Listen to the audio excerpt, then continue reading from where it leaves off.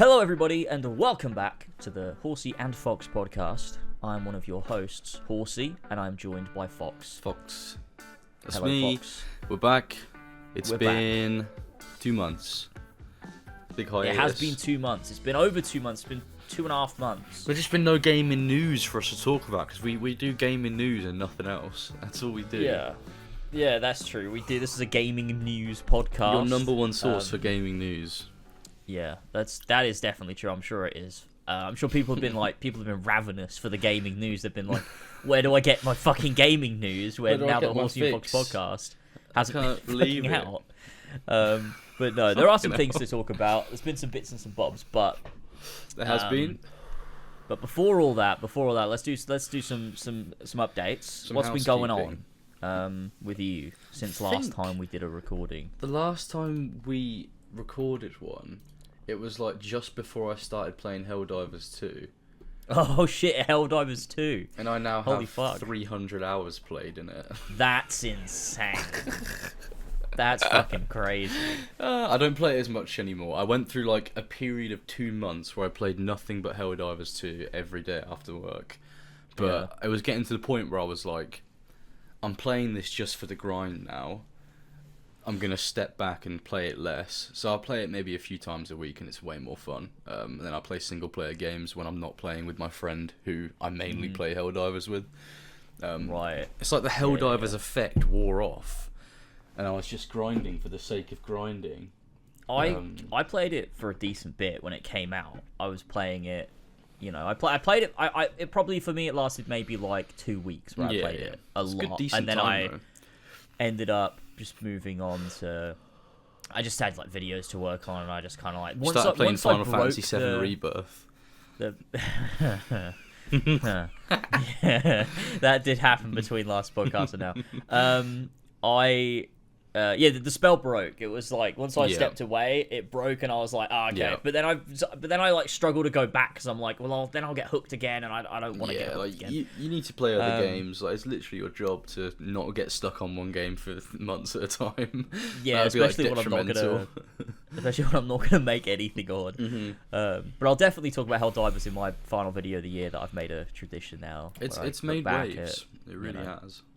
So it'll be fun. That'll be cool. But yeah, Helldivers, that's definitely a thing that happened since last podcast. God, I forgot there's so many things have happened since last podcast. I know, a lot happens in like 2 months. It's kind of crazy, actually. Holy shit. Like, I released my Black Flag video. That was cool. You did, yeah, Everyone that's sick. was very, very kind. That was really nice. It was a very well-made video. I watched like the first maybe hour of it.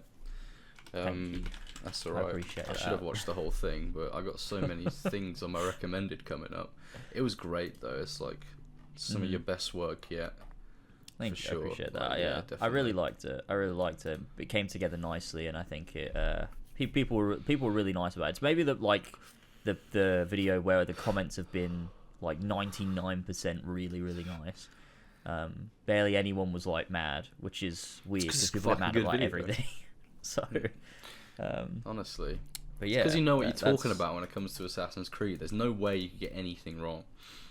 Although, to be fair, compared to me, you probably, like, comparatively, I get a lot of shit wrong in videos still. You probably actually do. Wait, what was the one thing you got? I mean, I get shit wrong all the time too. What was that one thing that I pointed out that you got wrong? It was Knuckles, the prequel animation explaining how he appears in game. And then other people were like, no, it says in game that he does explain it in game. Oh, yeah. And it's like, yeah, I don't he think does. That's what I was thinking of, though. I think there was something else. There was a few things wrong that I got in the Sonic video. Oh, shit. There were a few things wrong.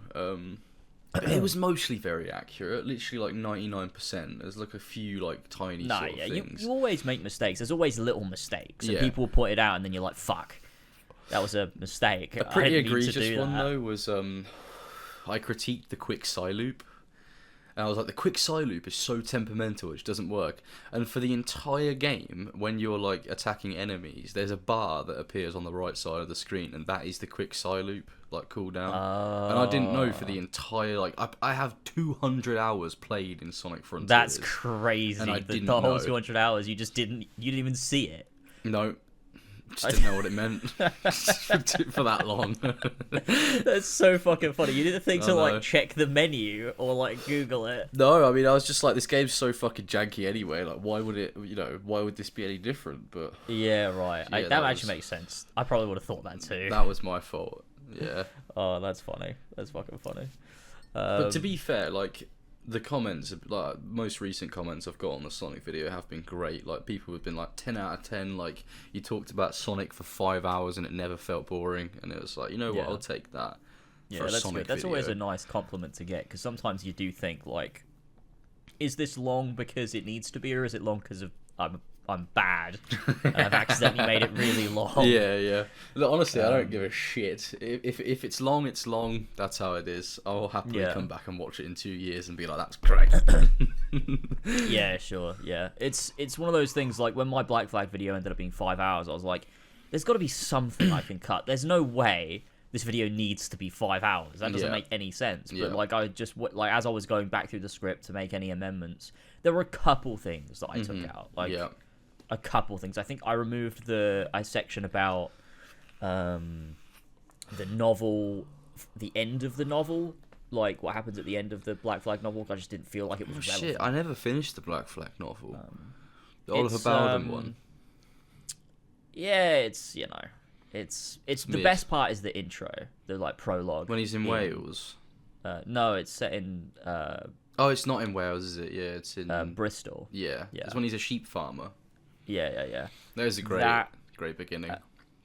That is a great beginning. The rest of it is like all basically just Black Flag, with a few little added bits in there. And then the ending is him coming back to kill, like, Caroline's father, who was responsible for her dying because he like wouldn't get her like taken to a doctor or something for her illness. Well, this is like after he's done pride. being a pirate and he's an assassin. Yeah, this is when he gets back to England. That seems a bit weird for Edward as a character. Yeah, it is a bit weird, to be honest. Because he sort of put all that behind him. It's like, it is weird. It's weird because he kills Caroline's father and like assassinates a few other people. And like, to be fair, they are Templars. That's like a thing. Oh, what? Caroline's father is a fucking Templar? Yeah. That's like revealed because it's like, it's the the people that burned down his parents' house are Templars, and it's a bit shit, to be honest. That's pretty dumb. Yeah. But he goes to kill Matthew Haig, who Caroline was engaged to before, and why? Why? Wait, what? I don't know. I don't remember. And then you slept with my wife. Then Duncan Walpole's brother shows up. And small fucking world, isn't it? Jesus Christ. Yeah, and he's a Templar. They should make a new AC game about that. You get to switch between two characters, evil and then good. he's the reason that Edward gets rich, because he offers him loads of money not to kill Matthew Haig. And Edward says, "Yeah, sure." And the end of the book is like, Edward took the money, but not because he wanted to be rich or anything, but because it allowed him to build out a network of assassins in London or whatever. Which is like, yeah, I guess. I mean, I don't even know who the fuck Matthew Haig is anyway. He's this guy. He's No, not an influential Templar by any means. Nobody knows who he is. He's just some guy. Oh god, yeah. So that's that. I cut that out. That's and then fine. I also cut out some modern day little bits here and there, and some other stuff, and a whole section on Charles Vane. Historical section on Charles Vane. Charles Vane. So I probably managed to trim off like an hour. Yeah. Oh damn, man, that's quite a substantial amount, to be fair. Yeah, it was a decent chunk that will just never see the light of day, but editor's right. cut. You could release it on Patreon. I could release it on Patreon, and then people would have to watch the same video for an hour's worth of extra content. Like there's parts of the script that I recorded and then removed from the recording, so it's still in the script. It's just highlighted red. Yeah. Which the script is on Patreon, but sweet. There's parts that it was before I even started recording, so they're deleted. They're not there anymore. It's too long for that shit. Yeah, fuck that. Yeah, get rid. So That's good. So though. yeah, there's that. But yeah, that's something that happened. I mean, what else? Since last podcast, we went to go see John Mayer, We did. which is a thing we did, It was great. which was really cool. It was really that was fun. really nice. Yeah, And our it was mum very, got very really good. drunk. What? Silly She woman. did. Silly She did do woman. that.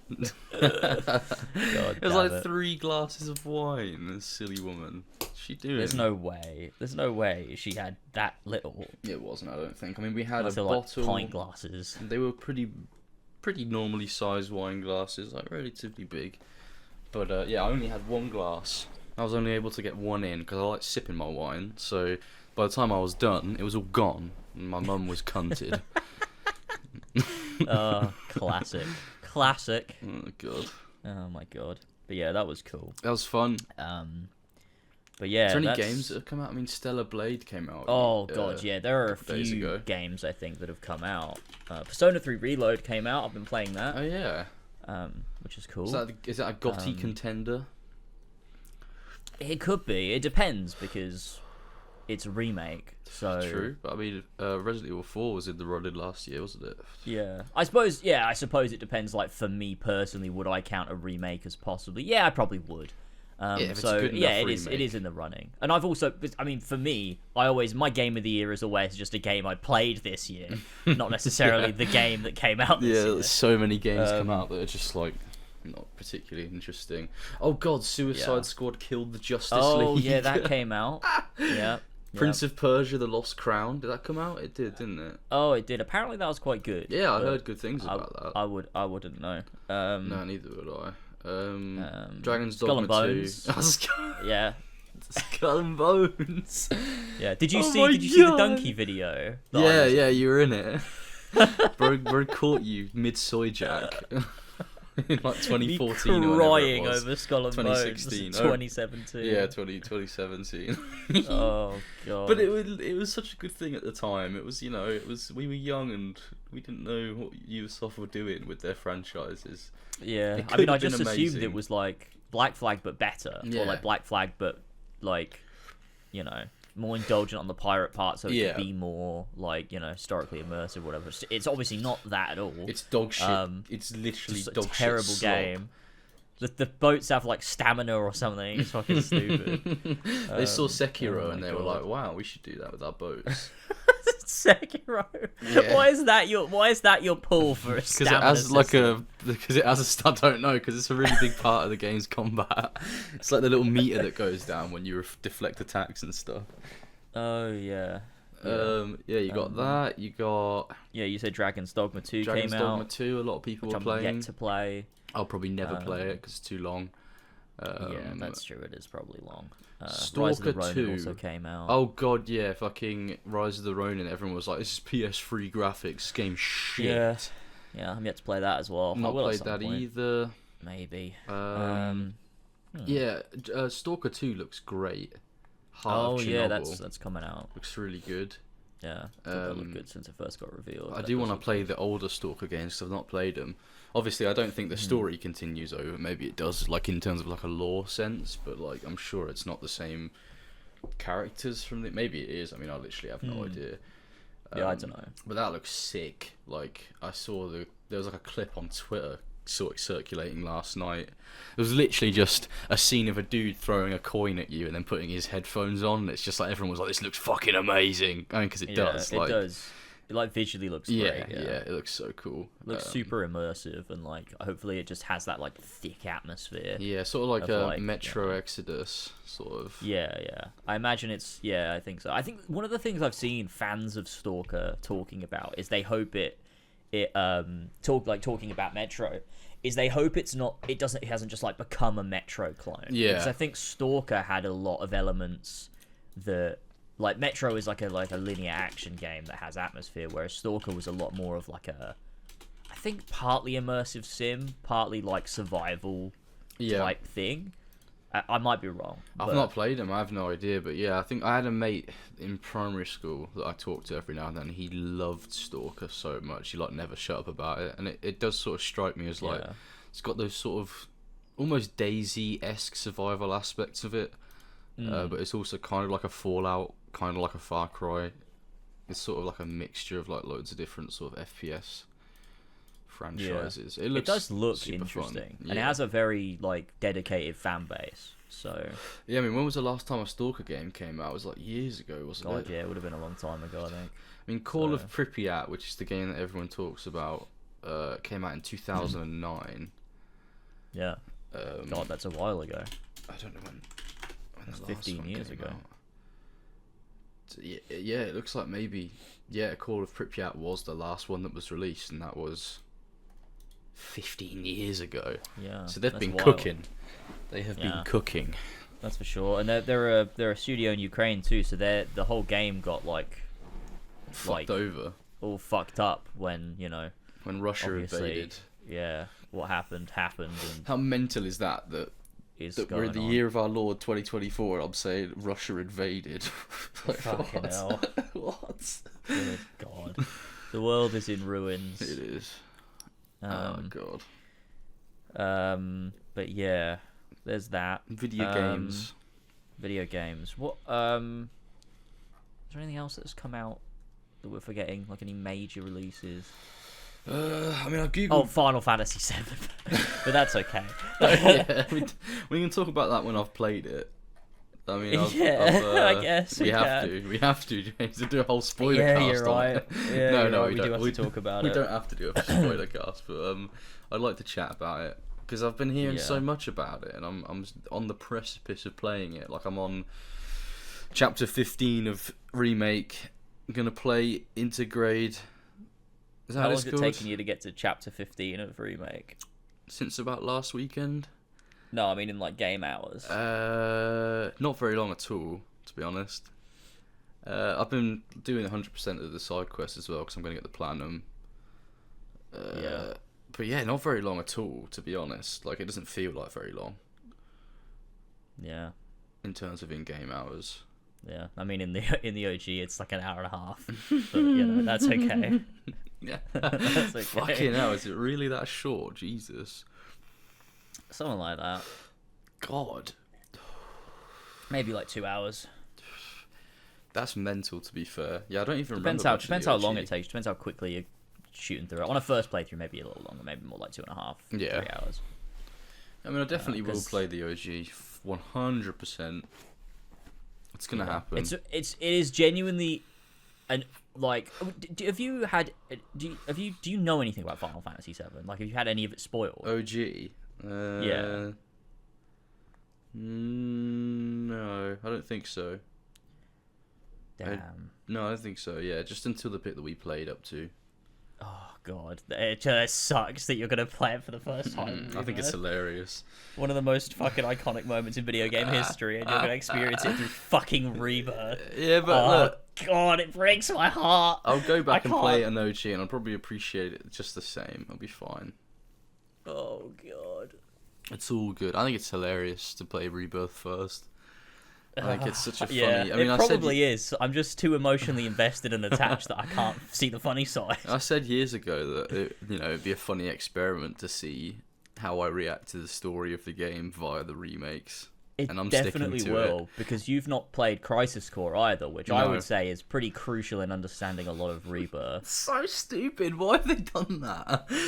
Yeah, who knows? Because it's also so stupid because Crisis Core ruins the crux of Final Fantasy VII's story as well. Yeah, I so remember you saying it's that. like to really understand a lot of aspects of Rebirth, you have to have played Crisis Core. Yeah. But when you play Crisis Core, it also ruins Final Fantasy VII because it's a prequel that like gives away the whole mystery of the game. Like, I'm going to do it in like a backwards order. I'm going to play the remakes, then I'll play Crisis Core, and then I'll play OG. oh god, see, but that's the thing, right? Is you're gonna play OG with like preconceived notions of these other versions, and I feel bro, like what it's the gonna fuck? warp the lens through which you view it. Where the Because- Whisperers? What the fuck they're called? The Wisps. What are they not? They're called the fucking Yeah, the enigmatic Whispers, Revenant, whatever the fuck its name And is. I don't know, Spectre. it's like, yeah, I don't know. It's alright. To me, I don't Final know. Fantasy VII OG is in just a completely separate universe to Final Fantasy VII. Well, it is. It is, isn't it? Well, yeah, well, Separate yeah. timeline. Oh, I don't know. Oh man. To me, you've got OG on its own, and then you have the rest of the compilation sort of tacked on the end. Yeah, I mean that is what it is, because every time they added something, they retconned something or changed something. Or did something. Like it's the Final Fantasy VII like pipeline is very similar to like Assassin's Creed, but the difference is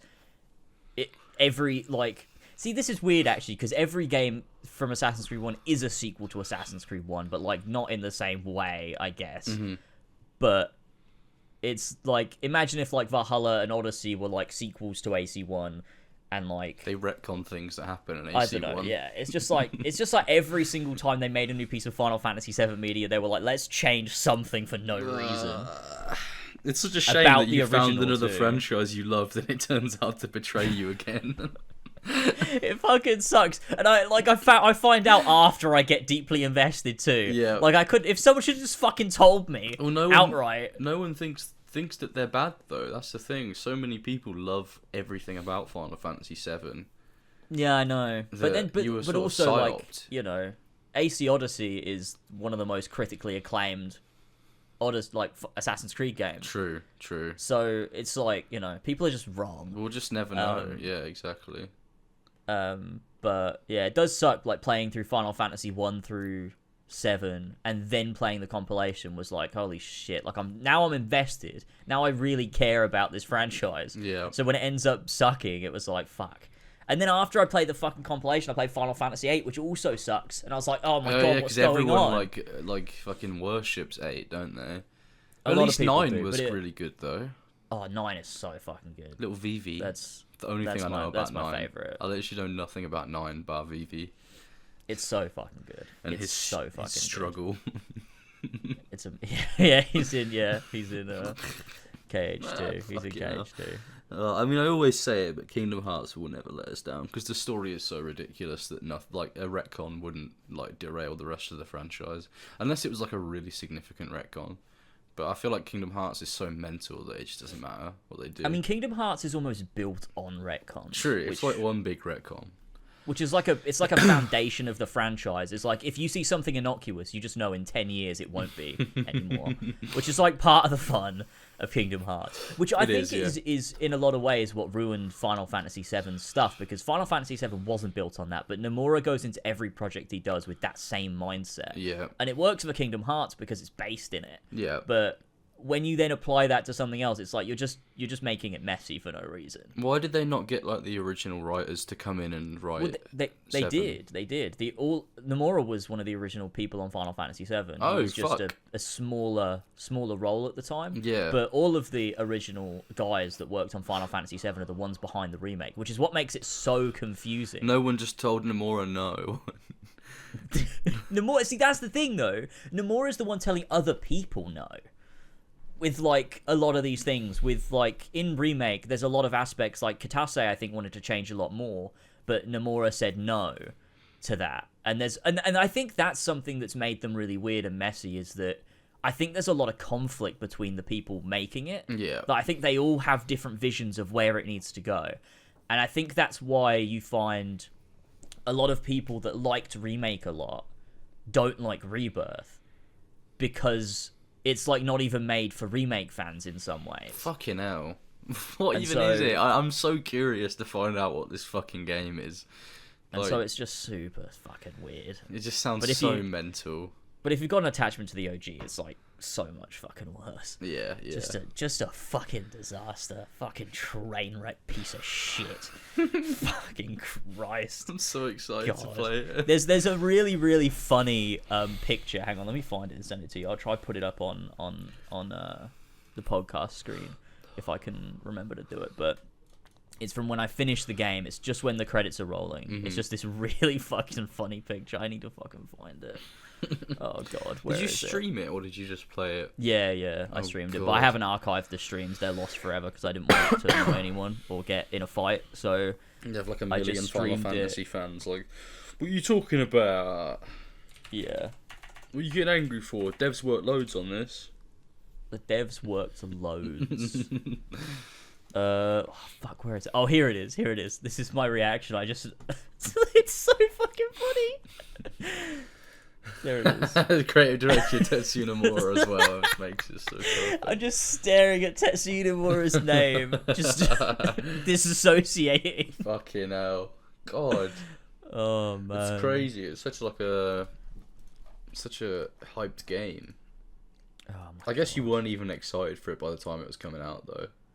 No, I mean I went to play it at Square Enix, and oh yeah, it was there was a lot of aspects of the story that I was like, oh, this is they're changing things, like feels weird. It's like, and I think the thing for me, the reason it bothers me so much, like a lot of people be like, why does it matter? Like it's just a separate thing.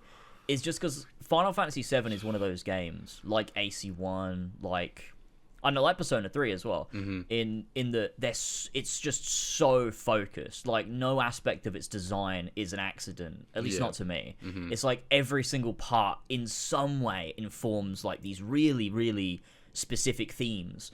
Whereas Remake, and even more so with Rebirth, it's just confused, conflicted. There's too much going on. It's got too many moving parts. It's like, how do the Ubisoft towers in Rebirth, how does that play into the themes of Final Fantasy? Oh god, there's It fucking just viewpoints. Yeah, there's Remnaway of towers all over the world. God, I love those. Which is, that's when I was playing Final Fantasy VII and I was going around the overworld, I thought, like, this is really cool and really, like, focused and conveys the feeling of the world, but it would be better if there were, like, 50 to 60 towers that I had to activate, like it's fucking Far Cry or Assassin's Creed. That would make this better, actually. I thought it's just little things, fucking little things like that, where it's like, why is this fucking here? And it's so many, and like the Chocobo taming minigame that works like when you're mounting a machine in Horizon, but like way fucking worse, and they're so janky. It's so fucking bad. So you get Chocobo that you can ride around the world. Yeah. There's a bunch of different ones for each region. Why'd they not just use like the Chocobo riding from 16? Yeah, which is better and controls Still better. not amazing, but yeah, it's responsive. Yeah, it is better. It's just, oh god, man, there are so many. I can't wait to discuss this. Actually, I've been trying to block it out for a while. I haven't even been talking about it because I just can't do it. No one understands. But now I'm back. I can't wait. When 2027 rolls around, when fucking Regenesis, whatever it's going to be called, comes out, I don't know. It'll be some sort of right? Yeah, probably. Reunion. I'm going to make the biggest fucking video. I was thinking what my plan is that I want to make it in 3 parts. Like the remake trilogy, where part 1 is all about the OG and what made it good, so that we have like a foundation. Then part 2 would be about the compilation, how everything was twisted, changed, and the sort of precedents that was set for how Square Enix interacts with Final Fantasy VII after the fact. Yeah. Then part 3 would be on all 3 remake games. Oh man, that's such a big undertaking. This huge fucking project that probably would take me years. It would be your own compilation. Yeah, exactly. But it's like I need to do it. I think I need to get it all out, so I don't have to think about this anymore. I think it'd be great. Would be great. You'll probably find plenty of people that are like, this is exactly how I felt about these games, but no one seems to agree, and I finally found a video that puts it into words. Yeah, I think I probably will find people. And I think what would also make it good is, when I make each video, like part 1, when I make that video on Final Fantasy VII, I want to make it without talking about anything else. Like, I don't want to talk about it in the context of Remake existing. I just want to talk about Final Fantasy VII. Yeah, because then it's almost like a first sort of experience of 7 without the knowledge of everything else that comes after it. You're focusing on just the initial organic experience of 7. Yeah, exactly as it's supposed to be observed through the text itself. Yeah. And then I talk about the additions, because then once we've got the foundation of here's what Final Fantasy VII did, completely in isolation, and here's what it means, then talk about the additions and how it was bad that they added those things. Because if you talk about Final Fantasy VII in the context of everything else, it just becomes so messy. Yeah. So I think that'll be cool, but that's going to be one hell of an undertaking, and I'm just going to spend the next few years building myself up to that. But it's going to be wild. It's one of those projects. It sounds really cool though, definitely. You've got a bit of a Final Fantasy audience built up too, so it could reach those guys, and that could snowball, and it could be a big old thing. Yeah, that's true. That is true. And I think a lot of people are like that fell off. Like, there's a lot of Final Fantasy VII fans that obviously do get it, but like I think that's why the fan base and the reaction to Rebirth looks so skewed, is because Square Enix have spent the better part of 2 decades retconning and changing things, and it's weeded out all of the people who liked the game. Yeah. So they just, like, for like 20 years, people were like, oh, okay, I don't care about Final Fantasy VII anymore, and they just don't talk about it online or engage with it because they already fell off. Yeah. And Remake did the same thing, you know? There was a resurgence of criticism, but then those people didn't play Rebirth, because why would they? It's not for them, they don't like it. So I think that's the why Final Fantasy community is also like super like combative against criticism as well. Yeah, like from what I've noticed, like with 6, like I've seen tweets of people, not 6, 16. I've seen people tweeting like, you know, oh, 16 is perfect and you're wrong if you think otherwise, and just like getting really toxic about it, and people saying like, why is everyone crying about Rebirth? It's literally game of the year. Like, it's such an amazing experience. When anyone even tries to critique it slightly, and it's like, I don't know if that's, you know, you should be open to people that, you know, maybe don't like it. That's fine. Yeah, it's weird. I guess you find that with any fandom. True, it's not even shocking at this point. A lot against criticism. We've seen a lot of that in our years of being on the wrong end of history. Yeah, exactly. And I think with like Assassin's Creed, the thing that makes it easier to criticize Assassin's Creed is shit. But it's also the history we've built up of as people who criticize Assassin's Creed. Like, people are used to it now. Yeah, they get annoyed at us when they do it. Yeah, so it's a weird one, but it's just something I have to do for the benefit of my fucking mental health. For sure, yeah, honestly. Make videos to express shit, and you know, it happened with Ragnarok. Ragnarok frustrated me for like 3 to 4 months. Yeah. Same with the Obi-Wan show as well. Like, it made me genuinely like mad. Yeah. And then I wrote the script and made the video and put it out, and I don't think about either of those things anymore. Honestly, it's like you take that part of yourself and you mold it into a thing, and then you put the thing out there, and it exists forever out there. That's your feelings on it. Yeah, it's like your feelings are out there in the stratosphere now. You don't have to debate it anymore or justify it anymore because the video is there. Yeah, exactly. Yeah, for sure. I mean, the more I look, speaking of Ragnarok, the more I look back on it, the more I just feel sick. Yeah, Ragnarok. I mean, that's the thing. Like, you play a worse game, and you're like, it wasn't that bad. Like, yeah, Ragnarok wasn't that bad after I played fucking Rebirth. Oh, what? Just wasn't that bad. Oh no. I'm telling you, fucking Rebirth's open world sections are like Vanaheim and the Crater, but like so much fucking worse. I fucking hated doing Gongaga that. is a disaster of fucking level design. Gongaga. I don't know how the fuck people that have been in this industry for as long as the people who made this game did that. I just don't know how you fucking did that. How it's so? Like, such in the way a fucking mess. In the way you like navigate it, is it just confusing or like? Yeah, it's just a fucking disaster. Worse than War Market in the remake. There's worse than what? War Market in the remake, because that's pretty bad. What's wrong with War Market in the remake? It's confusing. Like all these different fucking like avenues. Yeah. Oh god, it's so much worse than that. Oh god. And the map is useless.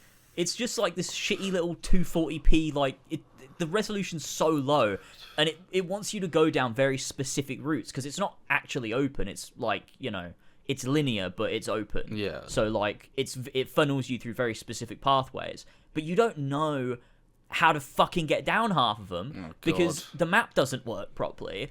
And so you're just like, I don't know where the fuck I'm going. And there's this one quest like that you have to do where it's like deep in the jungle, and it's oh god, it's so horrendous. It's just surely that's a bug. Why would they make a map that's not functional? That sounds that's so the thing. stupid. It's like it's the same thing with like that happened with Remake. Is when that game came out, it was like graphically just bugged to hell. Yeah. With like all the textures just being super low res, and that's what's happened with Rebirth too. Like the textures just don't load. Oh fuck. So like as you're going around, it just looks like shit. Also, the lighting is so cooked. It just looks like none of the shadows look right. It looks so weird. Oh fuck. And why have they done this? I think that's the reason why the map looks so low res. I think it's just not loading. or something. That There's no makes way sense. they meant for it to be so low res. No, because then it's just useless, and you may as well not have a map feature in the first place. Yeah, I think it was a mistake. The same, like their whatever it is with like their texture streaming or something is just broken, and it was the same with Remake before they brought out Intergrade. And I'm sure when they re-release Rebirth with they fix it or whatever for the PS5 Pro or whatever. Yeah, it'll be fine then, and that stuff will work fine. And everyone will praise them like, "Oh my god, Square Enix fixed the textures." Yeah, it's so weird to me in the whole video games industry that people do that. Like something will release bad, and then they'll fix it like 3 years later, and everyone will be like, "Oh my god, they finally fixed it. This is amazing." They listen. Yeah. It's like, what the fuck are you talking? They did the bare minimum. It's like recently, after the fact. they fucking updated Halo Infinite, so the plasma pistol finally EMPs vehicles, and everyone was like, "Oh my god, they fixed the plasma pistol. Thank you 343." And it's like, dude, the game's been out for like 2 years. This should have been like that on release. Yeah. Why was the it's one of plasma those pistol things- nerfed? I think it's one of those things where if you're just a casual consumer, like, yeah, that probably would be exciting because you just play Halo Infinite sometimes. So, like, you talk with your friends and you're like, oh, yeah, they finally added this. That's great. It's going to make the game that we play better. Yeah. But it's weird when people bring that into online spaces where you're trying to do, like, actual criticism or actual, like, discussions about things.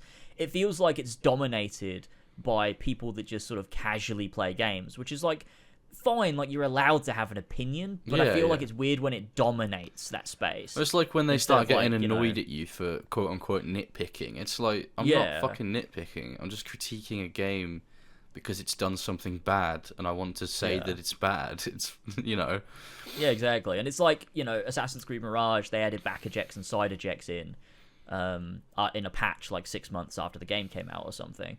And it's like, that's not something to be celebrated. They did the bare minimum 6 months after the game came out, and it's still not as good as Assassin's Creed 1. Yeah. Like, that's not worth praise. It's just not worth praise at all. Yeah. Like, I can't find anything to praise, but everyone's like, oh my god, they did it, so you were so wrong. I'm like, I'm not wrong. It's, I don't know how to even discuss this. Like, Mirage was universally loved as well. It was like, everyone loved Mirage. It was shown a lot of love, yeah, and it's I understand the perspective is people were like, we don't want to have a Unity again, so let's praise this now so that they see the praise and don't turn away from it. Yeah. So like I get that perspective if you're an AC fan, like you want them to go down this route and make more games like this and just make them better, but I can't see that as a reasonable thing to do. I feel like you've got to criticize things even if like I don't think the criticism of Unity was wrong. I think it was all right. No. It's Ubisoft's fault for not making a better game afterwards. It's not our fault for saying it wasn't good enough. So our critiques of Unity led to Syndicate. It's our fault. Yeah, well, they led to Origins, really, because Syndicate was already being made. So we led to Origins. It's all. We see, that's the thing. We criticized Unity. They were like, all right, we need to start again. Then we gave them a bunch of ideas, and then they did it. And then we were like, oh no, this is actually shit. Why would we do this? I just remember seeing the big snake in the fucking like reveal trailer, and just like being like, what? What the fuck is this? Snake, mystical elements. That's such like a niche fucking reference that no one will get.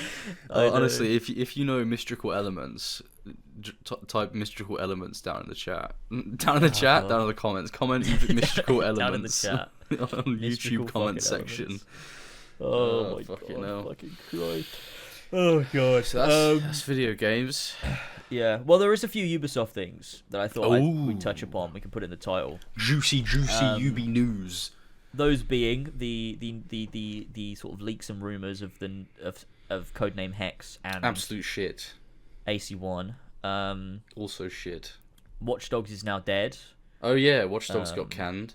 Also shit, so it doesn't matter. Also, Ubisoft have been in the news a lot actually. They also removed the crew from like they've decommissioned it, so you can't access the crew anymore. Guess I'll even pirate if you bought it. It's removed from your library. Well, it's also an always online game, so you can't even do that. Oh, so it's lost media. They turn the servers off, so it's complete. It's actually lost media now. Oh my god! Yeah, it's gone. It's gone. Wow, what a waste of everyone's time. Yeah, exactly. And the Star Wars game they're making, which I forgot the name of, Star Wars Outlaws, and everyone was like, the main character's ugly. Yeah, that game. There's been like everyone's like, holy shit, the price is insane. Oh, it's like 70. Oh yeah, there's one that's like over $100, isn't there? Yeah, it's like $180 or something. 180. And the collector's edition barely comes with anything. Probably some shitty, like a playing deck of cards themed around the game. You know, collector's editions are shit anyway. I don't know why. That'd be good. That would be buys them. good actually. If there was a deck of cards, but there's not even that. I don't think. I don't know why people buy collector's editions. They suck. Well, they do these days. I think they always used to be quite cool. Like I liked because these days it tends to just be like they throw in like a big statue and the I think that's the Outlaws coolest edition part. doesn't even have that. But Fucking hell. but yeah, they like these days they kind of just go with we'll get a big fucking statue and that's cool. But I liked when they used to be like 20 little items, like maybe not 20, but just a bunch of like different little knickknacks, like a bust of the main character. Just loads of little random things, like a bookmark and a little coin, A and metal an art book case. a metal case, and in the Assassin's Creed 3 Freedom Edition that came with the Washington's journal that has secret pages in it. Ooh, You have to, that's kind of cut cool. open Actually, the pages. Like, that's fun. you have to 'Cause- cut and open also the that's so pages. cool. You have to fucking Yeah, vandalize your own item to get. Yeah, What the it's fuck? like inside the thing. Yeah, it's fucking cool though, because it's like every page that's not secret is just like the real history of the American Revolution, like his actual journal. You can just get it But off then Wiki. there's these secret pages, and if you cut into them and have a look, it's like about Connor and the assassins and Templars and all that stuff. See, that's kind of cool. cool. It is cool. I like it. That's pretty cool. Still, I was never really But yeah, really that interested in collector's editions ever, really, to be honest. And the statues, I think, are the coolest part of them. I can't think of anything else that I'd actually want from a collector's I just like edition. I just like the stuff. It's just all interesting little stuff. I like that. I guess it's kind of fun. It's just not for me. I'll just get the game. But these days, not anymore. And No. I only used to do it with Assassin's Creed anyway. True. That was always pretty hyped, to be fair. Yeah, except for that one time that I got the Batman Arkham Asylum Collector's Edition, because it was the same price as the normal one in game, and it came with that Big batarang. the bat. Yeah, I have it on my shelf. Can't see it. What a It's just out of classic. frame. There's like the big batarang on a fucking like stick. Yeah, it's like a plastic fucking thing. That's crazy. That's like 50. I've had that for 15 years now, Fucking hell, yeah, that's crazy actually. which is pretty fucking insane. I like the Fallout Collector's Edition that had the Pip-Boy. Oh yeah, the Pit Boy. That was pretty cool. Yeah, that is quite cool. That is quite cool. I like that. I like the Death Stranding one with the little baby in the tank. Oh, that's cool too. I like when they have like cool models of stuff or like replicas of stuff. I think that's worth it. Yeah. But anything I else like that. fucking sucks. Yeah. Like the Fallout New Vegas Collector's Edition that has like a playing card deck, the shit, and like 2 fucking like casino chips. That'd be pretty cool. So, is it playing cards or is it like tarot cards? Playing cards. Oh. No, I don't want tarot say. cards. Oh well. I can tell my Once fortune. you're persona pilled, you'll be all over the tarot cards. I'm Amy telling you. Rose Pilled. She's the OG tarot card user. Wait, is she really? No, it's a part of her character now where she is like obsessed with tarot cards and her abilities are all card based. Really? Yeah. Is that She has does the hammer does that still. play into the like themes of her character at all? Not really. Why am I fucking asking that? Of course. I don't know why Amy Rose is obsessed with tarot cards all of a sudden, but yeah, it's a part of her character now She loves for like no reason. fortune telling and It's fucking weird. divination. In Frontier, she consults her tarot cards to see how she can help the Coco. And then she's like, Oh. I don't know. Is Amy Rose familiar with Jungian psychology? What does that even mean? It's like it's just like the foundation of Persona, and they use tarot cards and just Jungian yeah. psychology. Psychologist. Jungian. It's at its fundamental level. Jungian psychotherapy, also referred to as Jungian analysis, is a thorough analytical approach to talk therapy that seeks to bring balance and union between the conscious and the unconscious parts of the mind. Mm-hmm. Fucking hell. This is Yeah. what Have you seen the Persona's little? about. If you click images, you can see an image of like a diagram of what it's supposed to look like a bunch of circles, Oh yeah. and that's like how he views. The personal conscious, the ego, the shadow. Yeah. Persona. It's all this is Persona's all based on this. Was that because everyone And has different personas? I didn't realize until I was looking into all this that Assassin's Creed is also based on this too. Oh shit! Which is why the Animus is called the Animus. What does which is Animus really mean again? interesting. Oh, it's part of the brain. Yeah, it's like so yourself has two parts. It's like the anima, which is female, and animus, which is male. I see. That's like the way that Young looked at it anyway. And you've got all of these archetypes that are part of the cultural unconscious, which is like, I guess that is what the animus would be. Like, you dive into genetic memory, which is the cultural unconscious of our history. Okay. Whatever is how it's represented in Assassin's Creed, and that like the way that he talks about it. It's really in depth. It's difficult to explain. Well, yeah, in the space of like 5 minutes, sort of, recalling all that information on such a complex topic is probably pretty tough. It is very interesting though, and Persona's all based on it. I thought Persona was about robbing banks. So you are? I thought Persona was about robbing rich people's houses, not banks. Or is that just Persona 5 that's about that? Robbing rich people's houses. Yeah, well, that's what it's about. Persona's about robbing rich people's houses. You do a lot of that in Persona 5, though, don't you? You just, like, run into people's houses, fucking rob all their shit, and then leave. Everyone puts their Persona on before going in. Oh man, that's so fucking funny. That's so fucking funny. It's like your interpretation of Persona without having played it. Like, what does it look like from the outside? It's like Robin Hood. Just robbing people. Oh god. I mean, like, it's sort of, but it's like. It starts off as that, and then they're like, "It's the Persona is the friends we made along the way." Actually, guys, it's you go into this other world, which is like a representation of the mind of a person. Fucking hell. And you steal their desires, and that allows them to become better people. Oh. In the real world. So like what you do inside of their unconscious mind affects them in reality. So they pick like, corrupt individuals that are doing bad things, and then they go and steal their treasure, which is the thing that's in their head, and then that changes them in real life. That sounds fucking that's sick. Persona 5 though. That's not all of them. It's just 5.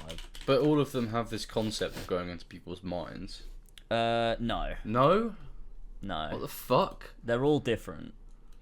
What the fuck? But they all play on the same sort of like ideas. Like every social link you can make is all based on a specific tarot card archetype. Oh, okay. And okay. the way the dialogue works, I really like it. I think it's really cool, especially because it plays on like the basis of Jungian psychology, which is like you don't have various options that you can choose to mold your character. You have to pick the correct option from a bunch by analyzing the person you're talking to. So you as you talk to someone, you will gradually learn more about them, and you understand the way that they view the world and interact with people, and then you pick the option that you think they will like, so that they become closer to you. It's like you're wearing a persona of the person that you're talking to, so that they like you, and you form bonds. Okay, now this game's way deeper than I thought it was. I thought it was just a bunch of high schoolers robbing people. It is a bunch of high schoolers, but it's also it is way deeper. It's fucking cool. It's really good. I like the it a cat. lot. Does the cat come back in any of the other games? No, he is just in Persona 5. Fuck, they need a constant cat in all games, I think. He's not a cat, alright? Oh yeah, he's not a cat. He just looks exactly like a cat. Yeah. What's his name again? M something. Morgana. That's just a stupid name for a cat. I'm gonna call my cat Morgana. I love Morgana. I need to Google what he is. He's the deuteragonist. What the fuck? Oh yeah, because he's like the second protagonist. What creature is Morgana? Lefay. What? Oh don't, yeah. Wait, fairy. don't spoil it. Okay, shit. Am I not meant to know he's not a cat? Just no. You won't. Well, yeah. I mean, it's obvious he's not like really a cat, but like it just looks like one. Yeah. They love that in Japan, like creatures that look exactly like cats, but they're like not. Yeah, that is true. I've seen that before. It is true, but oh god. Well, Persona's like, I'll play that eventually. We'll play Persona eventually. It's so cool. Persona 3 is great. I think it's overtaken 5 for me. I think. Oh shit. Slowly. It's really good. It's like I said when I was talking about 7 and whatever. Like it's just a lot more focused than 5, and I think I really like that. I think that's the thing for me in games is when they're just so focused and like on a theme. It feels like there's no fluff. There's like nothing you would trim because it's all just sort of there. Whereas with Persona 5, it's like there's not much I would trim. I think the game is made better for being as like big and long as it is. I think it's part of what makes the game so good. But I do think it lacks some focus in areas, and there's some like gameplay systems that are the same as Persona 3. It's just like Persona 3 just does it a bit better. It's turn-based it's combat. Like, yeah, it is. Classic. Well, before I even delve into that, I need to play all the Pixel Final Fantasy games, and God knows when I'm going to do that. So they're good. I'm excited to get into them. Those. It'd be a nice change of pace from all the like AAA modern games I've been playing. Yeah, for sure. And like Final Fantasy 1 is like a first playthrough. If you want to do everything in the game, it's like 15 hours. Oh shit! Easy so plat. It's like it's not a long game, but it's so dense. There's just it just feels. Final Fantasy 1 is just, it's so simple, but it's so nice. Huge banger. It's just good. It's nothing but just a good game. It's got Magitech in it. Doesn't it? It has like, I don't think it's technically Magitech, but they have like there's like sci-fi elements to it. I like that shit. Which is cool. But yeah, it's like the first Final Fantasy 1 and 2 are both like 15 hours, and then 3 is a bit more like 20 to 25, and then Final Fantasy 4 is similar, and then when you get to 6 is like 40 hours or something. That's not bad either, to be fair. Which is, but it's just, they're all just very dense games. They have like loads of cool stuff, and like the secret bosses are great, and these like optional dungeons you can do, and just like the way that you stumble across stuff is so cool because the game never tells you where to go. You have to like speak to NPCs and sort of figure it out. And then when you stumble across something yourself, it's the sense of exploration and discovery is just so strong. It's organic. It's so fucking fun. I love it. But yeah. Oh wait. So yeah. Shit. We hadn't done the Ubisoft stuff. Okay. So, fuck yeah. Shit. The crew. Yeah, they removed the crew. Yeah, that sucks. Fucking Watch Dogs. I made talking about this actually, before we even talk about the thing itself, I wanted to talk about this because it's really fucking funny. I've been sitting on this Watch Dogs video for like 2 weeks now because I'm waiting on the sponsor to send me the shit so I can make the sponsor or whatever. And fucking Ethan, 2 days ago, released his Watch Dogs video with the exact fucking title that was my video. Oh, no. So now I've got to rethink up my fucking title because I can't just release it with the exact same fucking title. Fuck. But it's my fault for sitting on it for too long. It's not like he could have known, but god damn it. God, Ethan's been popping off recently. Holy shit. God damn it. Yeah, he's doing bits and bobs. I mean, he's got that big Red Dead and GTA fan base now, which is he's tapped into the absolute big brain gamers. Troop on the Epsilon program, Grand Theft Auto 5, an hour and 13 minutes. He's popping off. That's crazy. Yeah. GG's Ethan. His thumbnails Ethan's so much really better good at now doing as well. that. Ethan's really good at finding a niche and then like finding a thing and just like honing in on it and making the stuff. And I think it's good, especially for like GTA stuff. Yeah. Is that GTA content is so shit in general. Yeah. Like by and large, GTA content sucks on YouTube. It does. Because it's just exploitative. Mm-hmm. Whereas Ethan is applying what he did to Red Dead and applying it to GTA. And it's so like, cool. It's just good. It's just great to see. Oh my god, So when that's GTA 6 cool. comes out, Ethan is going to be like, he's actually going to be boosted into the stratosphere. It's actually kind of crazy. It's going to be insane. He's not going to want to talk to us anymore. No, we're not going to be friends anymore. He's laying all the seeds. He is. So that when harvest comes, oh my he's going to god, have so many crops. Yeah, like all the lore videos he's doing on GTA, like people are going to be wanting that for 6 like straight away. Yeah. Yeah, it's going to be big. It's going to be big. GG Ethan, you've made it, my friend. Yeah, but there you go. He stole my Watch Dogs video, so... Yeah, what the hell, man? There you go. But yeah, so there's that. I have got a Watch Dogs video coming though, so that's that. But what do you think about Watch Dogs being dead?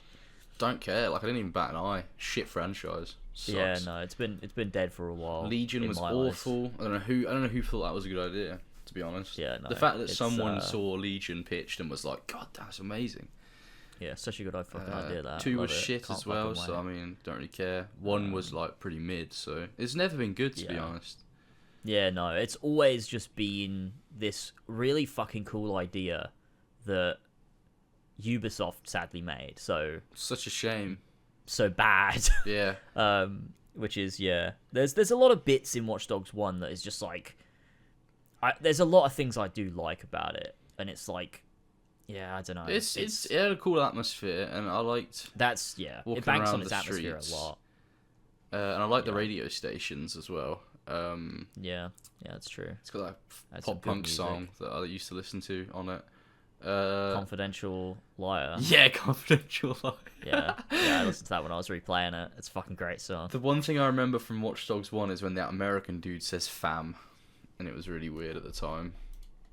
I don't remember that. Wait. There's this guy in Watch Dogs 1 during one of the main missions. When you go into that... You said... Oh, yeah. Wait. No, actually, I don't remember. FAM. Like fam. I don't remember. Yeah, he said... I remember... That's like the one thing I remember from Watch Dogs 1. Oh, that's crazy, because I played it and I didn't find that, so I don't know. Fuck? Is it... Well, I was going to say, is it a side quest, but it can't be, because there's so many cutscenes, so... No, it's during gameplay you hear him say it. Oh. It's like a character speaking, like... It's just like random thug enemy. Oh, that makes sense. And I guess when there's like a big building you go into at some point in the story, and it's like this big sort of infiltration, and there's a bunch of like thugs everywhere. I don't know who the fuck I don't know what that even is.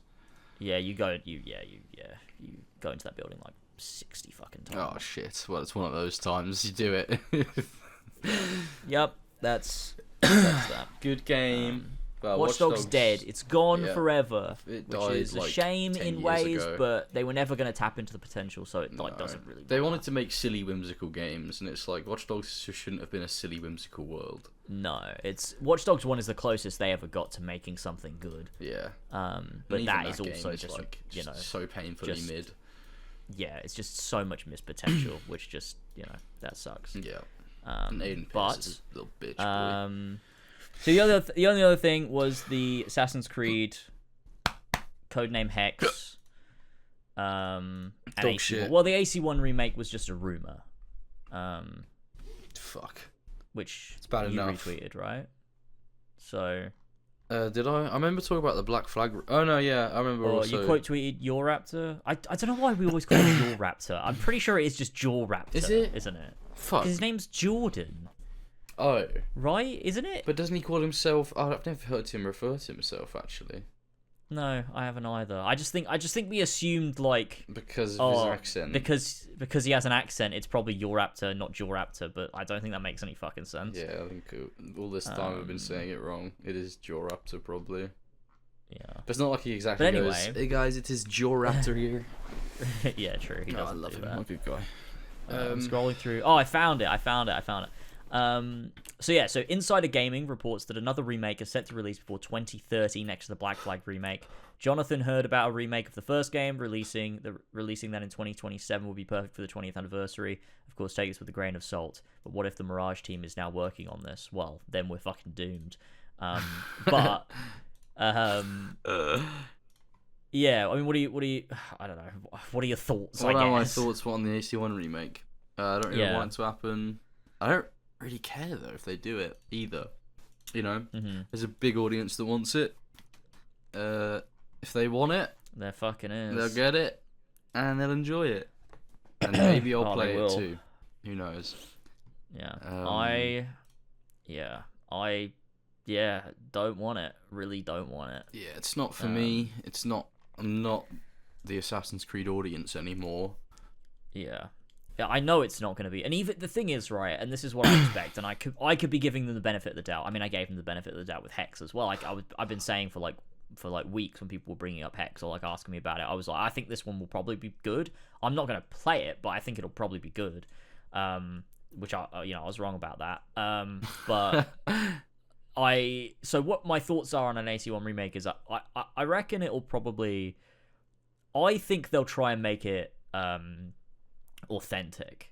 That's what I think, because I think when you look at like successful remakes, I think they're going to try and mimic that. When you look at like Resident Evil and true, Ubisoft are the mimics of the games industry. They will mimic anything that's popular. Yeah, I do think they'll look at Resident Evil and they'll be like, we want to do that. So I think they'll try and make it authentic.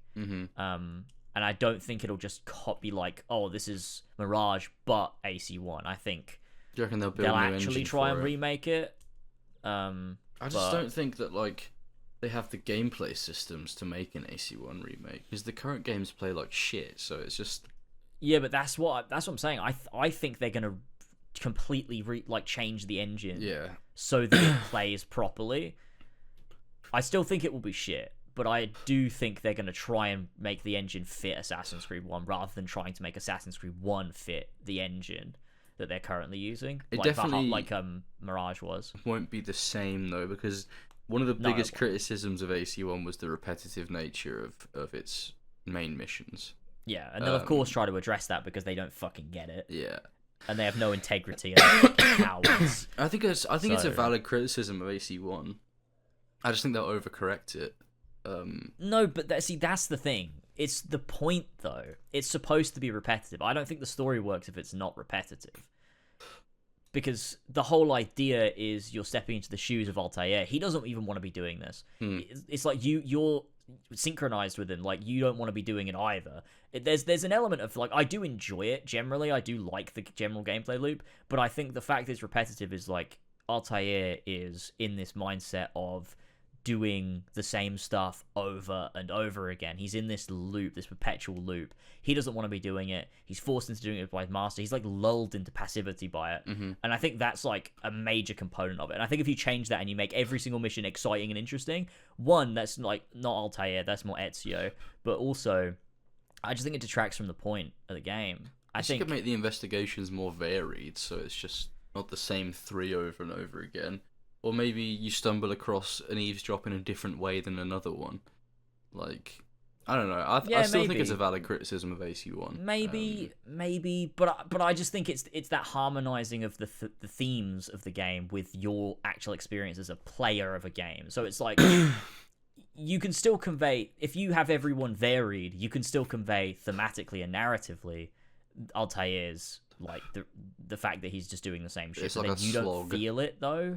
So I quite like the fact they're the same, because then I feel it too. Like, you can get tired with it, and like that's the point. I think you're supposed to, which I think is quite nice. I don't think that was intentional though. I think it's no, I don't AC1 either. is more of a proof of concept than it is more than.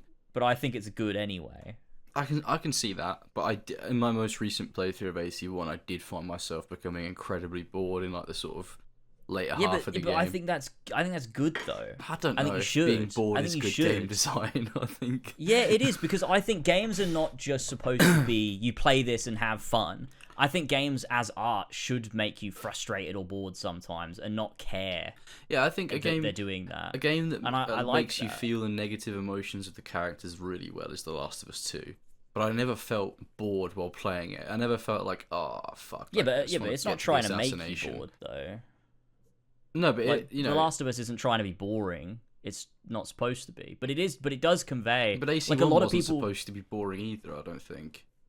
I don't know. I don't know if boring is the right word, but I think frustration with the fact that like you enter another city and it's like, okay, here we go again. It's time to do viewpoints. It's time to do these. Like, I think the monotony is the point. Like, I think there's a harmonization between the whole game is trying to convey it, and it's the synchronicity between Altair and Desmond is.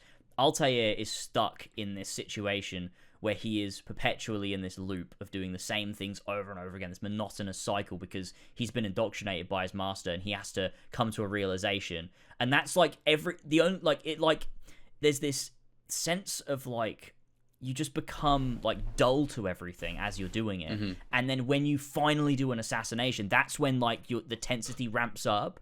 And then when you do the assassination, you get this interesting conversation, which is the only point in Altair's like line of work where he's allowed to think, because he's not allowed to think. Amolim doesn't let him. Like he's done this to him because Altair dared to think and do something himself before. So now the only time you get to think is when you have the confessions, and then that links to Desmond, which is like there's a reason why the game like AC2 doesn't do it and Brotherhood even doesn't do it, which is Desmond, you actually have to get out of the Animus every day and go walk to your bedroom and then go to bed and then wake up the next morning and get back in the Animus. Do the like same the game thing. makes you it's do like a that. Looping cycle for both characters. Exactly, and it's for both characters have this like monotony to it, and people criticize it for Desmond too, and that's why in AC2 it just skips those. Like we understand that Desmond's been there for a few weeks, but we don't get to see any of it.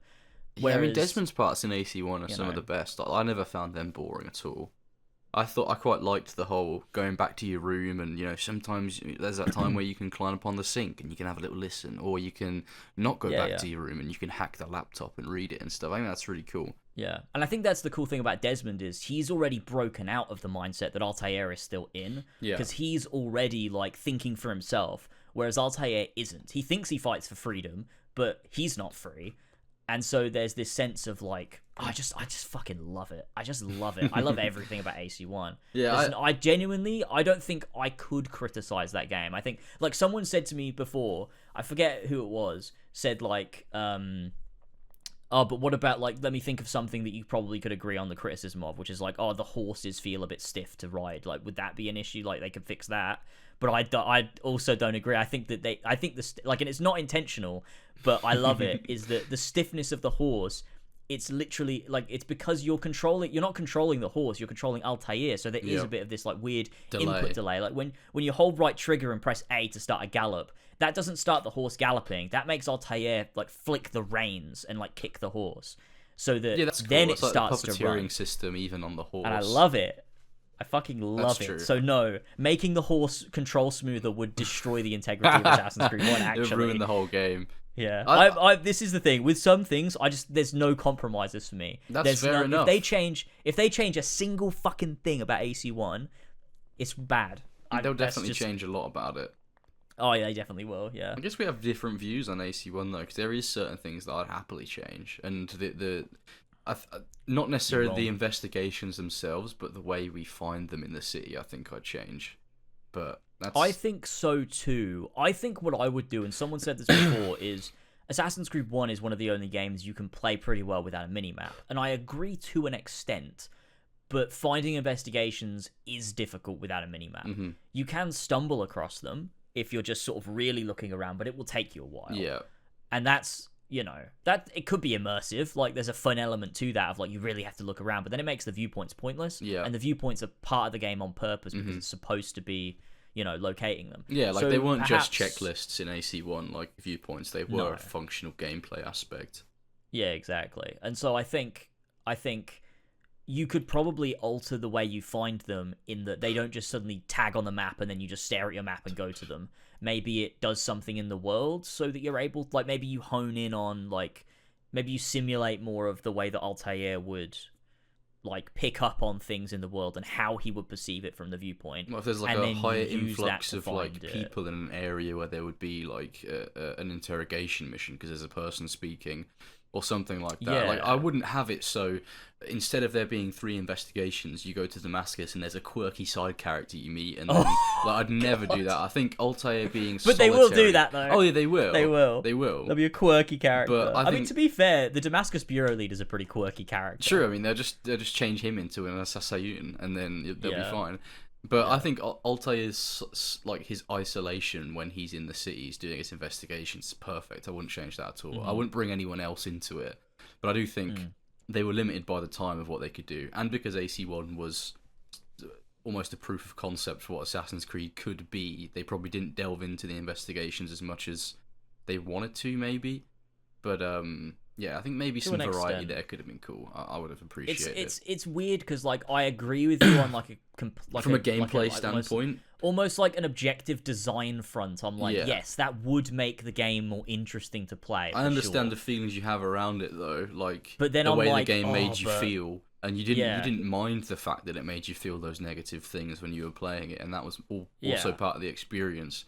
For most people, it's like game boring, and they don't really look past that. I can definitely see why you'd enjoy that. I mean, like Acre, for example, the monotony of walking around an Acre doing those investigations that you've done a million times before, this oppressive atmosphere. Like, it's very effective. Much. It's incredibly effective. It makes me just feel this. Like, it makes me feel exactly what Altair would feel, and I just don't think I would get that if you altered anything. I think there's, like, it would be. I would never prefer it. Like, I don't think there's anything you could do in a remake that would make me prefer the remake over the original game. Yeah. Which is, I mean, that's just a losing battle to begin with. I think that's a lot of because the time that's the case with remakes, especially when it's got like a dedicated fan base that played the game when like the initial game when it came out. It's like there's nothing that can really top the OG. Yeah, and it's like there's little like I don't know. There's just like I don't know. Like I'm sure they'll add side missions. They'll make the kingdom full of side quests and side stories that make like why is Altair doing these? Don't know. Altair because like more stuff is better, I guess. Dude, save his brother who's trapped in a camp or some bullshit. Oh like my that. god! You have to go do a Templar camp, the Crusader camp in the kingdom. Yeah, there'll be tons of those that. camps that are just visual storytelling in the original game become bandit camps with 3 optional objectives in them. Yeah, the fucking there'll be like checkpoints shit, that you have to clear to be able to get to the next area of the kingdom or some bullshit like that. Man, and I think as well, like Mirage shows they don't understand what the filter that like the color grading was for as well, because they just added it as an option in Mirage. It's like you can make it look like Akka if you want. It's the AC1 filter, and it's like, well, the whole of AC1 didn't look like that. Do you not even remember what your game looked like? Yeah, it's like it could look like that for a reason too. It was on specific to that fucking location. So obviously Acre doesn't look like, well, however you pronounce it, like Akka. I don't know how you actually pronounce it, but obviously it doesn't look like that in real life. Like the original. No, it looks more like Damascus, really. Yeah, like the X06 gameplay demo looks more like that area than the final product does. And I think it's... I mean, actually, there's footage you can see of AC1 without the color grading. Mm-hmm. It's in one of the trailers. I think it's the launch trailer. Mm-hmm. Or no, it's the Lonely Soul trailer. Oh, banger. That trailer has no color grading on it, and most of it is set in Acre. Mm-hmm. So it looks so fucking cursed though. Like it's all orangey and weird. Acre looking like Damascus or Jerusalem. It just looks... It's so weird to look at it. Yeah, it's without a good that stylistic dark, choice. oppressive Yeah, I like it a tone. lot. I think it's great. I think Acre's great. I wouldn't change the color grading on it at all. No. But I don't like. I have no idea what they're gonna do with it with a remake. Like, I feel like if you're remaking it, you have to understand stuff like that. Surely, like you'd have to look at the game. We just spent like it. half an hour talking about Rebirth, so I mean, I don't know.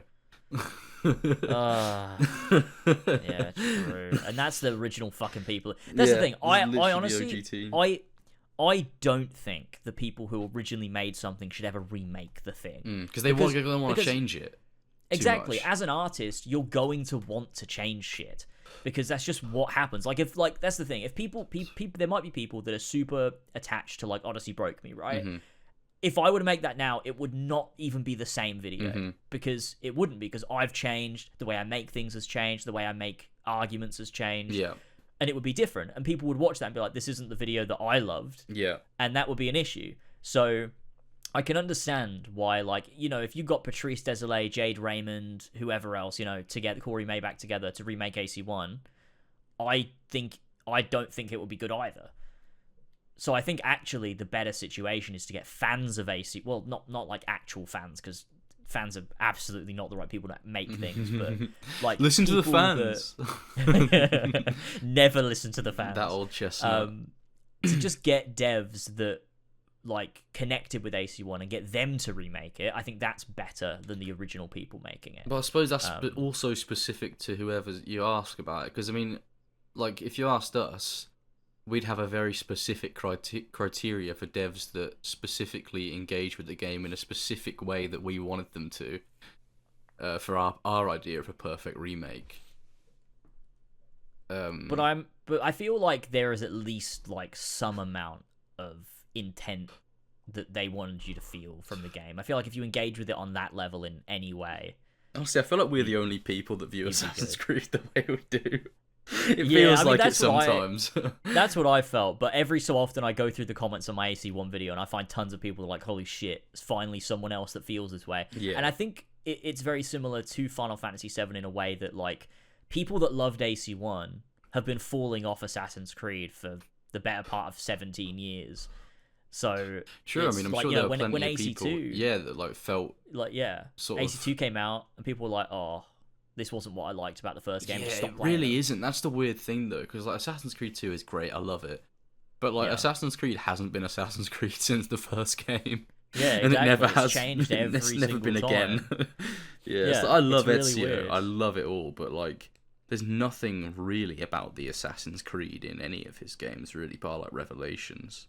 Yeah, Revelations has some good bits. Yeah, but Revelations AC2 and comes Brotherhood, closest. really not a lot going on in there in terms of like, you know, philosophical, like actual anything. It doesn't. It feels like those games don't have anything really to say. It's like it's a great the character story's journey. good. Like it's such a great like game that focuses on a character, like trilogy that focuses on a character, and it's brilliant. But it doesn't hit the same like beats that AC1 does. They never try to tackle anything like AC1 again, really. Yeah, there's like elements of it, like AC3 does a bit. Yeah. But yeah, other than that, like not really. They never really try again. It's just weird that 4 does more than like the Ezio games does. And for years I thought like, you know, that trilogy was the perfect Assassin's Creed. It's just so weird. Yeah. It is weird looking back at it being like I still love them, but oh yeah, great games. It is. I think one of the things about AC2, because I hadn't replayed it properly in ages, and I replayed the Ezio trilogy like a few weeks ago. Yeah. Why? And I just felt like it. Well, actually, no. It's because for my Black Flag video, I needed some AC2 footage, and it just turned into a full replay because I was having fun. Nice. And then I just replayed all three. Sweet. And I played them on PC with mods because I've had them for fucking years because Nick from the Creed bought them for me. So I modded them and I put like the E3 outfits on. Oh, nice. Did some little bits here and there, which was nice. That's cool. But AC2, one of the things about it that I think's really cool, like replaying it now after it had been, I hadn't played it in like 5 years, and replaying it despite like it is different from AC1, and there are stuff that it changes and it alters, but it still feels as focused as AC1 did. Just on a different... it's focused on something else. Yeah, on something else. Yeah. And I quite like that, actually, about it, is that if AC2, the game that it was, had been exactly the same, only it was more like AC1, it wouldn't be better. It would be weirder, because it would be like, why is Ezio... Like, it wouldn't feel tonally consistent. Yeah. So... I like, especially like even like the side missions that exist in AC2. They're really fucking shallow, and Brotherhood does it better. But I like that they're these weird distractions for Ezio, because it feels like that's something he would do. Yeah, like, he would just care go and about help someone, helping like a beaten wife or something. Like yeah. He wasn't as involved like in the Creed as Altair was. But it's also grounding Ezio's connection to the Brotherhood through regular people too, which I think is like an integral part of Brotherhood. Is Ezio is like, no, the heart of, what does he say? The heart of life humanity is good. rests at the heart of the Assassin Brotherhood, which is like important, and that's like, you know, built up in AC2 even through simple stuff like side quests. This was the people you meet in AC2 as well. It's like they're all very human and very relatable. Yeah, all of the different people, and then this idea of Brotherhood being... And I think it's quite interesting looking at every Assassin's Creed in some way, or every character has retreaded the arc of AC1, because every game does the same thing of understanding like a dogmatic and organized group is the opposite of what the assassins should fight for. So it's like in Brotherhood, the beginning of it is Monteriggioni being destroyed because they needed, like, their hubris needed to be torn down for them to build up what the Brotherhood stands for, which is what they then do in Rome, which is by spreading out among the people and building a brotherhood and using the people to do that. Yeah. And then you've got the same in AC3 with the way that Achilles formed the Brotherhood, and Connor's different opinions and conflict he has with Achilles, and the way Achilles sees it as this organization and with very strict rules, whereas Connor believes that that's wrong. You've got it again in Unity with the dogmatic, like, French Brotherhood that are all very well organized, and, you know, Balek tries to tear that down. Maybe he does it in the wrong way, but he tries to do that, and then that changes how Arno views things. So like they do it all the time. Every single Assassin's Creed is like in some way inspired by that Assassin's Creed 1 story of what Altair went through, which shows how like integral that is to the entire franchise. Also shows how useless the Brotherhood is, that they keep going back to this bullshit and someone has to come along and fix it every 100 years or so. Yeah. They do keep doing that. And that's, you know, that's you could say that's it's like even in the modern cool. day they still haven't fucking learned.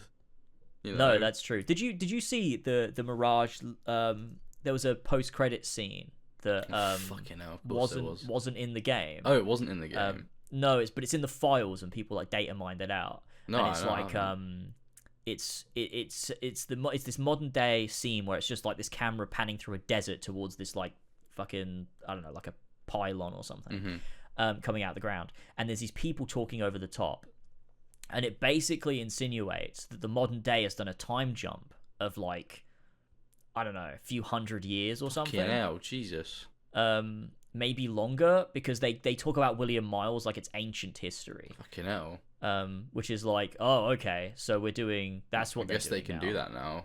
We'll finally have the, you know, those like fan art images of like futuristic assassin with like armor on and like with like a taser hidden blade. Yeah, and like, you know, which actually they were in Syndicate. Those are real. Those are. Oh real. yeah, shit. Sean had one.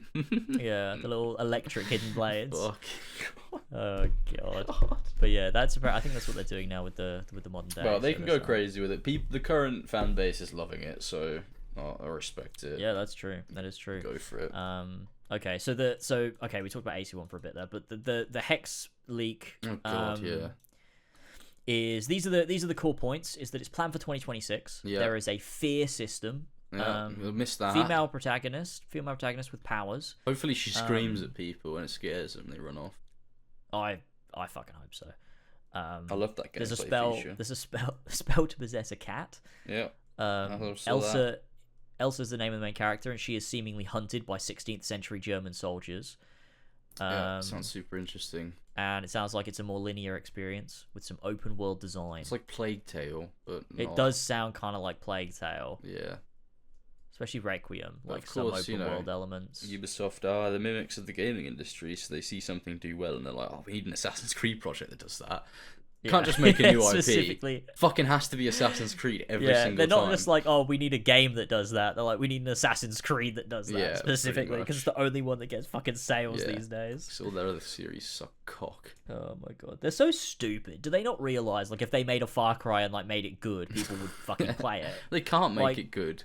Because they have XX going, nah, we need fucking an alligator companion that wears a football jersey, bro. You can't fucking make a good game. Oh, God. Fucking hell. I've been watching a lot more of White Light stuff recently. Oh, yeah, catching up with some of his old stuff.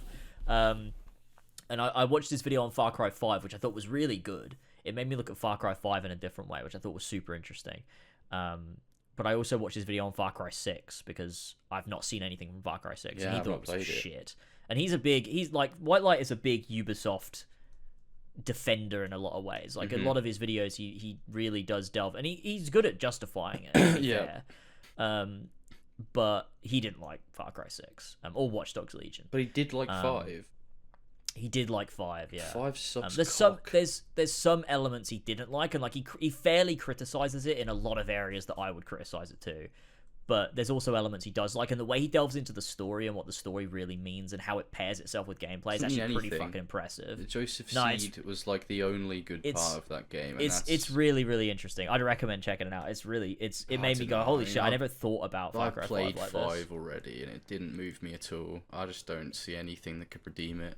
Fair enough. Yeah, I mean, I enjoyed it. That's great, but I just can't see anything convincing me. Yeah, I mean, I'm never gonna play Far Cry 5 again, and I don't think that I would necessarily enjoy it, but there is an element of sometimes, like, if I don't enjoy a game, I can still listen to someone talk about it, and then I like to then be able to appreciate it from a distance, where I'm like, oh, I actually really appreciate what they were doing with it, even though I know I still wouldn't enjoy it if I played it. Yeah. So, you know, there's that. But yeah, I think that's all we have to say about Hex, because yeah, God, fucking shit, absolute slop. Yeah, I just can't be doing with it. Yeah. Yep. There's that. Okay. There's There's one more major thing I want to talk about, because this is something that I thought was really fucking cool, which is that Kingdom Come 2, Kingdom Deliverance 2 was revealed. I saw the trailer.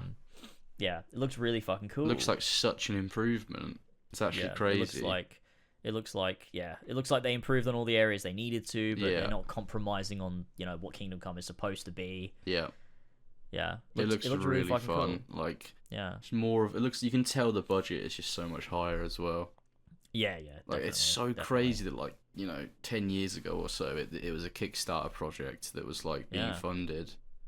Yeah. And now it's like, 2013, I think. Yeah. And I made a video on it. Yeah, same. I remember doing videos on Kingdom Come Deliverance as well when it was first sort of being shown. With like the clip of that dude sharpening his sword on the grindstone. Yeah. And the guy stealing the coin purse in a big crowd. Yeah. Yeah. It was exciting, and Kingdom Come, I fucking love Kingdom Come. Yeah, it's great. You know, favorite games of the last however long. It was really good. It had a lot of jank, and it did. The large scale battles sucked. It was rough around the edges, but it was really fun. But there was so much to love there. Yeah. So immersive, a great fucking soundtrack. Characters were also characters. Really good too. Yeah, I really enjoyed the characters, like Sir Hans. I love Henry. I think he's great. Henry of Skalitz. It was just overall just a really cool game, and I'm looking forward to seeing what they do with this. Like, they've got a whole like city area in this game. Is it still set in the same place, or? It's set in sort of vaguely the same place. Yeah. But I think they said they've got 2 regions, so like 2 maps. One of which is the urban environment, which is the city and the surrounding area, and then another region which is the countryside, which has a bunch of like smaller towns in it, which is more traditional, like Kingdom Come Deliverance 1. It's a good balance. So yeah, that sounds cool. And I like that they haven't decided to cram it all into one huge map. They've decided to be like, let's just have separate regions that can be a bit more dense. Yeah. Which I think is good. That's nice. You know, like Witcher 3 sort of. The way that they did it. Yeah. I'm hyped. Like, it's like one of my favorite periods of history, so I'm hyped to go back there. There's not many games that are set in the Middle Ages and are actually faithful historically, so it's really cool. Yeah, it is weird. You don't get a lot of historical history like these days. You get a lot like Ghost of Tsushima is there, but even that is a bit more. It's more like a movie's interpretation of history, where it's like there are accuracies, but there's also a lot of dramatization. Yeah, for sure. It doesn't like it's Kingdom Come Deliverance is almost like a simulation of that period of history. Yeah, it's like creating that part of the world as realistically as possible. Yeah, and it just grounds you, and it's super immersive. Yeah. I can't wait to see what they do. I really can't wait to see, actually. Like, it was really nice seeing that trailer and just sort of reminding me of that game. Yeah, for sure. Super fun. I can't wait. Looks fucking good. Yeah, looking forward to it. That's for sure. Okay, that's... I mean, I had a couple other things, but they're not really important. I wrote down, like, Keanu Reeves' Shadow. Oh, God, Sonic movie, which was announced. I've not even watched the first 2 Sonic movies. Oh, man, they're so fucking good. Ugh, live action. Ugh. They're genuinely great. I think you'd love them. I think you'd have a great time with them. You should just throw them on. Give them a watch. Maybe I will. The second one, like, the first one's really fun. I like it. But the second one was so fucking good. Yeah. It's so fucking good. Finally getting Sonic, Tails, and Knuckles together. Like, it's just carrying Sonic characterization. Because the games fucking don't care. Yeah. It genuinely is like those characters, the way that they are in my head, just brought to life. In a way that they like should be. I just really don't like the first film that has the focus on human side characters. I fucking hate it when live action films of like popular franchises do that. It's like, the characters themselves aren't strong enough to carry it on their own, so we need fucking Mark Wahlberg in our fucking stupid movie. This is the main character. It's like Transformers. Like, why are there human characters in it? Yeah, but come on, Shia LaBeouf and Megan Fox, they're fucking great characters. I do love them, but I'm sure if you ask like Shia LaBeouf and Megan Fox, the actors, are great characters. I'm sure if you ask like a fan of Transformers from like back in the day if they like the movies, they'd be like, no, they're fucking shite. Well, yeah, for sure. I like them because I was a kid when I watched them. Yeah, I guess so. But also Bumblebee was good. I never watched that film. Yeah. What's her name? Woman from Spider-Verse. Steinfeld, whatever her name is. Yeah. That's it. But I mean, Sonic's good. I like I like some of the focuses on the human world. I think it's interesting to see. It reminds me of Sonic X in how it's like Sonic and Tails and Knuckles getting to grips with, and Eggman, like getting to grips with the human world and like Earth, and like them not being super certain with how things are, and I enjoyed that aspect of it. Chris was like the worst part of Sonic X. Yeah. Sonic, shut the fuck up. There's parts of it I like, you know. I like aspects. Sonic X. Like it gets a lot stronger when it starts doing the Sonic Adventure stuff. Yeah, that stuff is really cool. I like that when they just retold those stories. That was fun. But yeah, like I watched Sonic X like maybe like a year or so ago. Fuck me, like the first few episodes are an absolute slog. I remember I tried to rewatch it. I think it was 2016, so fucking ages ago. But I remember I got a decent way through. I think I got to the end of the first season. And yeah, it is a bit of a slog at points, but there are parts I quite like. It does get really fun. I like the story with Knuckles when he goes to like Japan or whatever.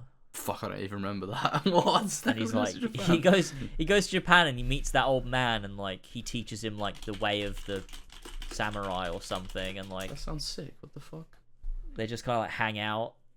And like he leaves on a boat, and it's quite sad when he finally leaves because it's like he gave the old man purpose, and they like they say goodbye and whatever, and it's quite a nice little moment. God, I don't remember later Sonic X very much at all. What the fuck? Sure Espio was in it. The fuck? Oh really? There's a clip here of Espio in Sonic X, unless this was just cut. But this is mental. Let me copy and paste this. I don't remember any of Sonic X. Neither do I. I remember like literally the first probably 10 episodes. Oh yeah, there he is. Espio knocking about. Oh yeah, I found him on the wiki, yeah. What the hell?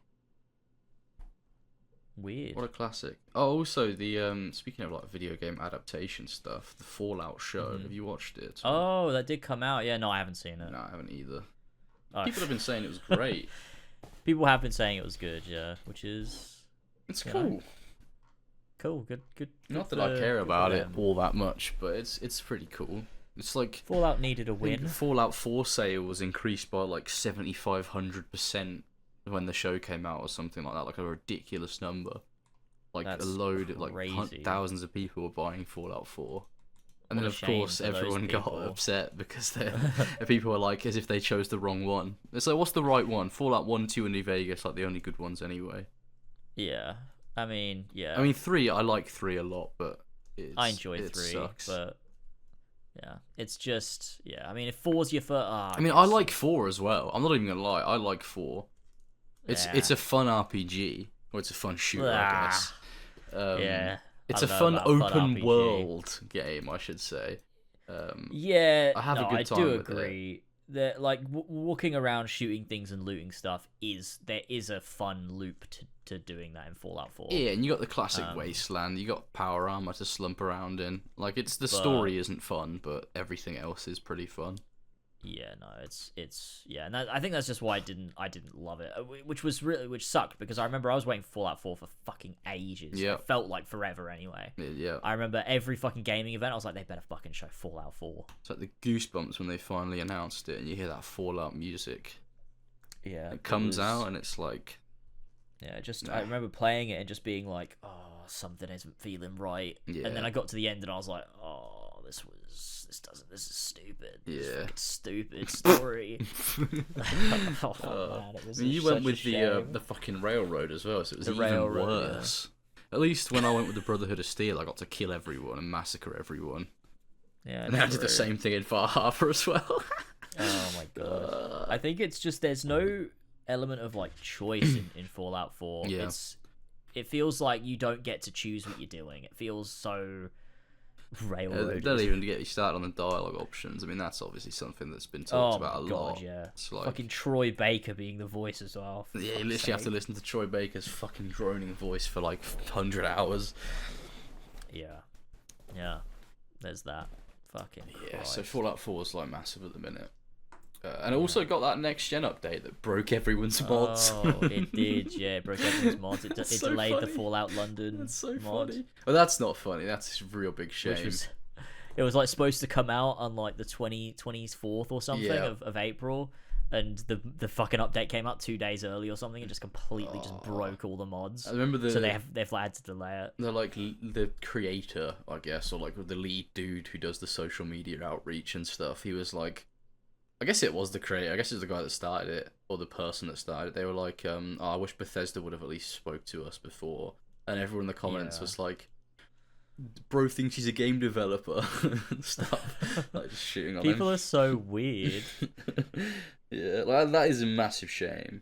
Yeah, that does suck. Like, it wouldn't have been too bad for them to just, like, it's a huge, high-profile mod. Like, it would have made sense to them just reach out and be like, look, we're working on this next-gen update. But we know how they feel about mods. Like, they wanted to get rid of Skyblivion. Did they? Yeah, they fucking, like, I swear they, like, copyright struck. I swear Bethesda, like, kept trying to get Skyblivion taken down. I don't think they did. What? Is this like a Mandela effect moment? Maybe. I don't think they did, but I could be wrong. I don't swear know. they've had mods taken down as well before. Like, big mods. Or they at least tried to. I don't fucking know. Am I thinking about something else? Let me have a look. Mods removed? I don't know. I'm gonna Google Bethesda doesn't like Skyblivion. What is my internet doing? Okay, it's not loading. Because I mean, if they wanted to, they absolutely could do it. So true. Why would they not just go and do it? Yeah, I feel like if they wanted to, they would. Well, that's fine anyway. Fallout 4 is big, and the Fallout show is big. Yeah. Yeah, cool. That's everything. I think that's all of the topics I had. So, there's that one comment that I wanted to read from the last podcast a few months ago. Is that a dream? From It's Albin, who had I think he had a dream. He had a premonition. But I'm not sure. Let me find it. Here it is. Okay, so It's Albin. He gave a list, which I think is stuff we should do in the future on podcasts. He said, I have a funny dream as well as a somewhat spooky story I sent you for the Halloween episode. If you want to read them in the next one, they're stuck in the held for review section. Would love to hear. Oh shit. Okay. Let me go find that. Here you read them on the podcast. I also got some things I'd like to see appear on the podcast for the new year. I'll make it as a list. Okay, here we go. George should read The Bread Room. Oh, abso-fucking-lutely. Oh yeah, I'll do that. We need to do that. I'll happily do that. You should revisit the Assassin's Creed fanfiction you wrote in the early days of the Four Pillars. That could be a thing we could do. That'd be funny. Mess around with the AI dungeon again. That would be a good thing. Oh god, yeah, I fucking love AI dungeon. We could do a whole podcast that's just the AI dungeon. That shit had me laughing so much. That would be quite Obviously, good. it wouldn't be the same very, story very again. We'd have to make up a new one, I think. But that shit was so funny. That was very, very funny. That was very funny. We just would stop playing Final Fantasy VII Remake for hours at a time to do fucking AI dungeon. The title of the stream was Final Fantasy VII Remake hard mode, and we would just be on Epic Dungeon talking utter shit and just making weird shit up.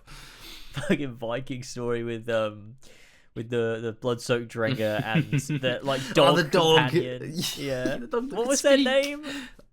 Oh fuck! What was the dog called? It was a really good fucking story. It was all great. of these animals in this forest, and it was what was it? Oh, Wasia or something like that. Yeah, Wasia. That was it. Wasia. Yeah. Yeah, and then there was the male friend they met in the prison, which was the guy who had a cigarette or something. He loved doors. Yeah. Oh my god, so it was so funny. good. They were on their way funny. to this university or something. Yeah, that was where we left off. Oh, it was so good. Oh man, I love the story. Fenrir story when Oh yes, the Fenrir came into the big room and then they had to fight, and then Wazir came in and helped out. Yeah, Oh my god. Why has he always saved them at the end? Like, it was like with when he was fighting, when the Bloodsoaked Dragon was fighting the werewolves as well, and then Wasia comes up with a silver bullet at the end and saves him. Oh yeah. And it links into the beginning God. when they were talking about silver bullets. It was so good. It was so fucking good. Great. That was the best shit. Yeah, we should do one of those. Yeah, We should I'd love definitely do to. one at That'd be some point. hilarious. You could bring back actual comments if you got any wacky comments. See, bring back is Maybe. like a loose term because neither of us ever did it. You know, that's an Ethan No, thing. I made like two. Oh, I okay. did do like a actual comments lasers edition, but There's more of like a meme to reference Ethan's videos, right? yeah. It wasn't actually like an actual thing. It was like I did it twice as sort of like a bit of a joke. I suppose we could look at comments on our own videos and just laugh at them. Yeah, I mean, if we ever find any and like screenshot them, maybe that will come up. Yeah. Maybe I don't that'll get come too up. many like crazy comments these days anyway, so we'll see. We'll see Yeah. what happens. Okay. You should do the Florida Man challenge for the news segment. Look up Florida Man followed by your birthday. People have been telling us That to could do be a that good for thing to do. ages. Yeah, that would actually be a good thing to That'd do. be That's a good hilarious. point. That'd be a good time. I'm gonna concoct the best list for next podcast. Yeah, it's gonna and be it's gonna stacked. be great. It's gonna be great. You should revisit and react to Four Pillars clips. Oh, that could be fun. Oh to have a little yeah, reminisce classic. Yeah. on some of the old clips. Bring back the Civil War segment. Oh, that was something me and Tyler Fucking did. hell. Good luck with me arguing any of my points in a coherent way. Yeah, that's the thing. Tyler couldn't, but he would just take the piss and just try and wind. See, that's the thing. I don't think it would fit on Horsey and Fox podcast. I just don't Tyler's think it would be meaner the than same I am. Tyler, like it would be me actually arguing a point and Tyler just arguing something he doesn't believe in because he thinks it's really funny, and that would be the whole thing. And then we just wind each other up. It was great. I'd feel bad though. I feel like I'm really annoying James now, and I feel like I'm not engaging with what he's saying properly. Oh man, see, that's the thing. It's different. It's different vibes. It's different. Maybe we can get Tyler in know. for an episode. Force him to come on to Horsey and Fox, and he can do that. I'll sit here in silence. That would. You can do what he does during the dream segment and just walk away. This is fucking stupid, man. I'm gonna go get a bloody sundae. What the fuck, man? They've delivered me a hash brown. What the fuck? What the fuck is this? Fucking stuffed it in his I mouth. miss Tyler so much. I love him. Oh man, the good days.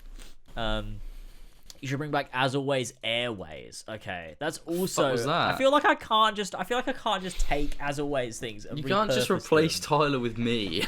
No, I can't just do that. But also, as always, Airways was really fucking funny. What was it? We would pick a random town in a random country. It was usually America because America's really fucking funny. Yeah. And you'd pick like a random city or like in a random state, and then just find a random fucking like town in the middle of nowhere, and then go around and look for like some sort of restaurant or some sort of establishment, and then look at what they offer, what's on their That menus, sounds the great. What the reviews. fuck? I'd do this in a heartbeat. It was really fucking funny, and you would find some fucked up places. There was like this place that served like fish, and it looked horrendous. Rancid.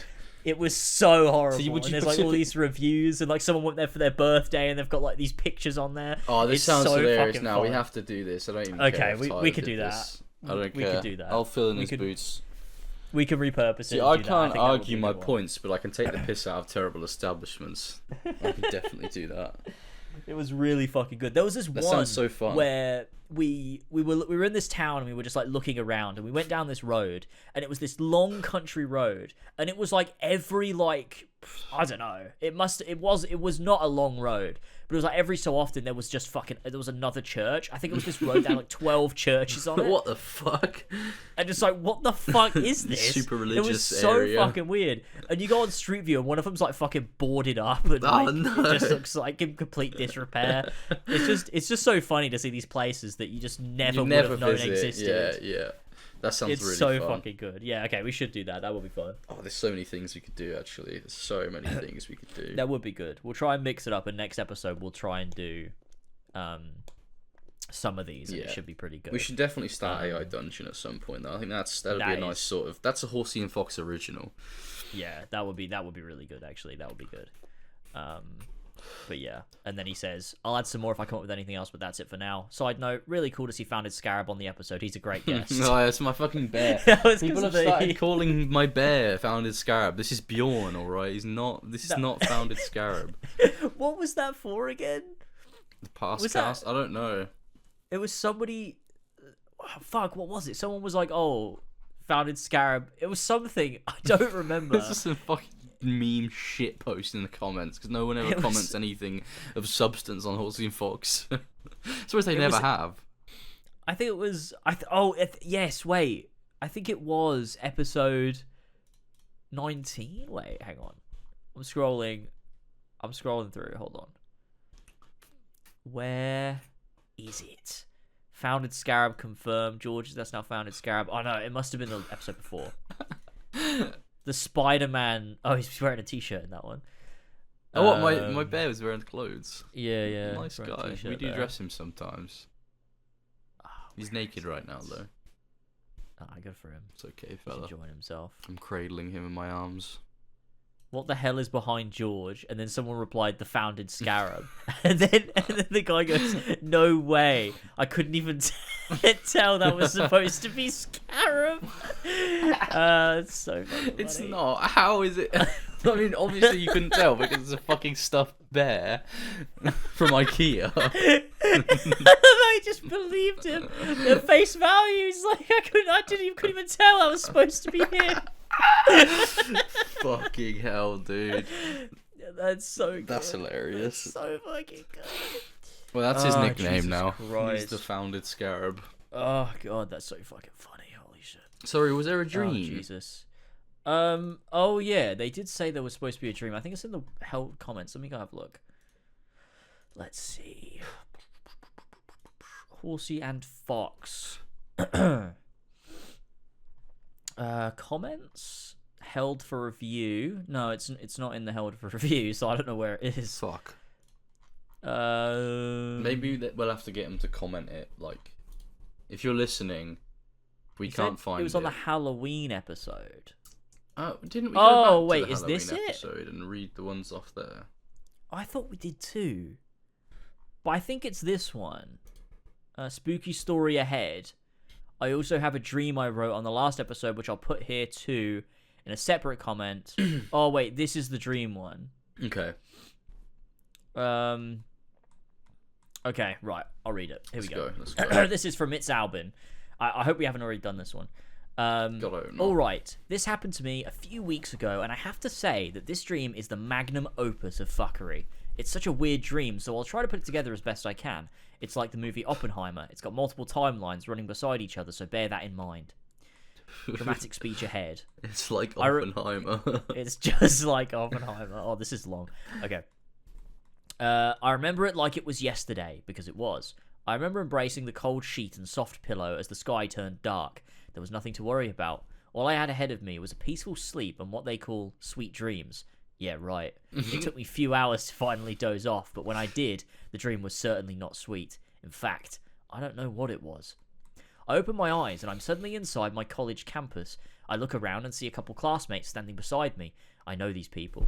Actually, I know what we're doing. It only took me a few seconds to realize that we're having a photo shoot. I study photography, so that's why. We were experimenting with something new, photography using a black light as a light source. Pretty unique, I must say, and so did my teacher. You see, it didn't take long for the classroom door to creak open, and well, in comes my teacher who told us that what we were doing was certainly something he hadn't really seen before, but he didn't say it in a condescending tone. It was interesting to hear for sure, but there was little time to discuss the matter because it seemed our time in school for that day was over. Our teacher led us into a separate room, a room which didn't really look like a classroom at all. It was just a somewhat crammed room with one window, two tables, and a door leading to a closet. The teacher told us to look at something on one of those tables, but I can't recall what was there because my interest was piqued from something else. As I was approaching the table my teacher was pointing at, I heard the closet door creak open. This is a dark I turned room. my head. You like develop photos in? I think it's supposed to be a classroom. Oh, okay. But he said it didn't look like one. Okay. It's like one of those things in dreams where you're like, it's assumed that that thing is that thing when it's actually not. But it's not. Yeah, classic.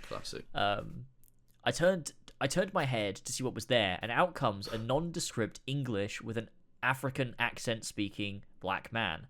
Never had I seen this guy before, but it seems he had done something to me. He kept apologizing. Sorry, I apologize. And I was like, it's okay. Confused, I was. Maybe he was just apologizing for his presence. I don't know, but regardless, after apologizing a few more times, he approached the other table in the room where a bunch of drawings were scattered. Basically, the table had a bunch of papers on it, and on these papers were what looked like children's drawings. You know, the most basic drawings you could think of. And yet, when I arrived at the conclusion that the random man must have drawn these images, a thought popped into my head. This guy must be working for Marvel. What? Sorry? I blushed, turned my head away for a second only to glance at him again. Never did I think I'd be meeting someone who worked for Marvel. It was an honor.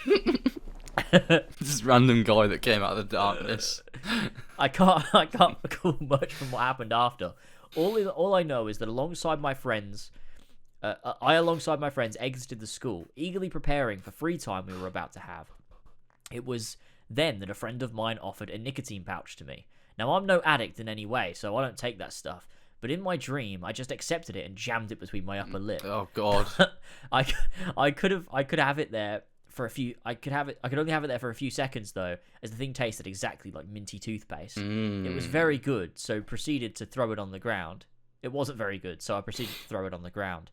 That stuff is not for me. They can make you really ill if you have a nicotine patch and you like don't smoke or whatever. They can make you just throw up. They're horrible. That's crazy. So much nicotine. Sorry, go on. Yeah. I had to impart my nicotine knowledge. Appreciate it. That's right. And my friend was like, sure, and laughed it off. This is where it gets even weirder though. As I walked away with my friends, something happened now, and we're in a separate timeline. It's now nighttime, and I'm in bed. Where's the Marvel ambassador? Where's he gone? Yeah, I want to know if he comes back. But all of this was still the same dream, since I quickly realised that I'm currently not in my own house. This isn't my bed either. I'm lying in a random double bed inside what seemed to be a mansion of some sort, with a similar interior to Franklin's house in GTA 5 story. Which one? Well, like the one that you get at the end. I'm going to imagine it's that one. Not his like auntie's house at the beginning. Yeah, because that's not a mansion. No, yeah, that's true. Yeah, that's totally true. You're right. Fuck. Yeah. I suddenly felt the need to go piss, and after thinking about whether or not I can be bothered to get out of bed, I sighed and stood up. I walked towards the bathroom, which was right beside the room I was in. I opened the door and did my business. As I was doing it, however, I hear the door, which I'm now turned away from. Somehow, someone had walked in on me, yet I couldn't see who, as I was currently mid-piss. That's terrifying. The person behind me starts walking towards me with heavy steps.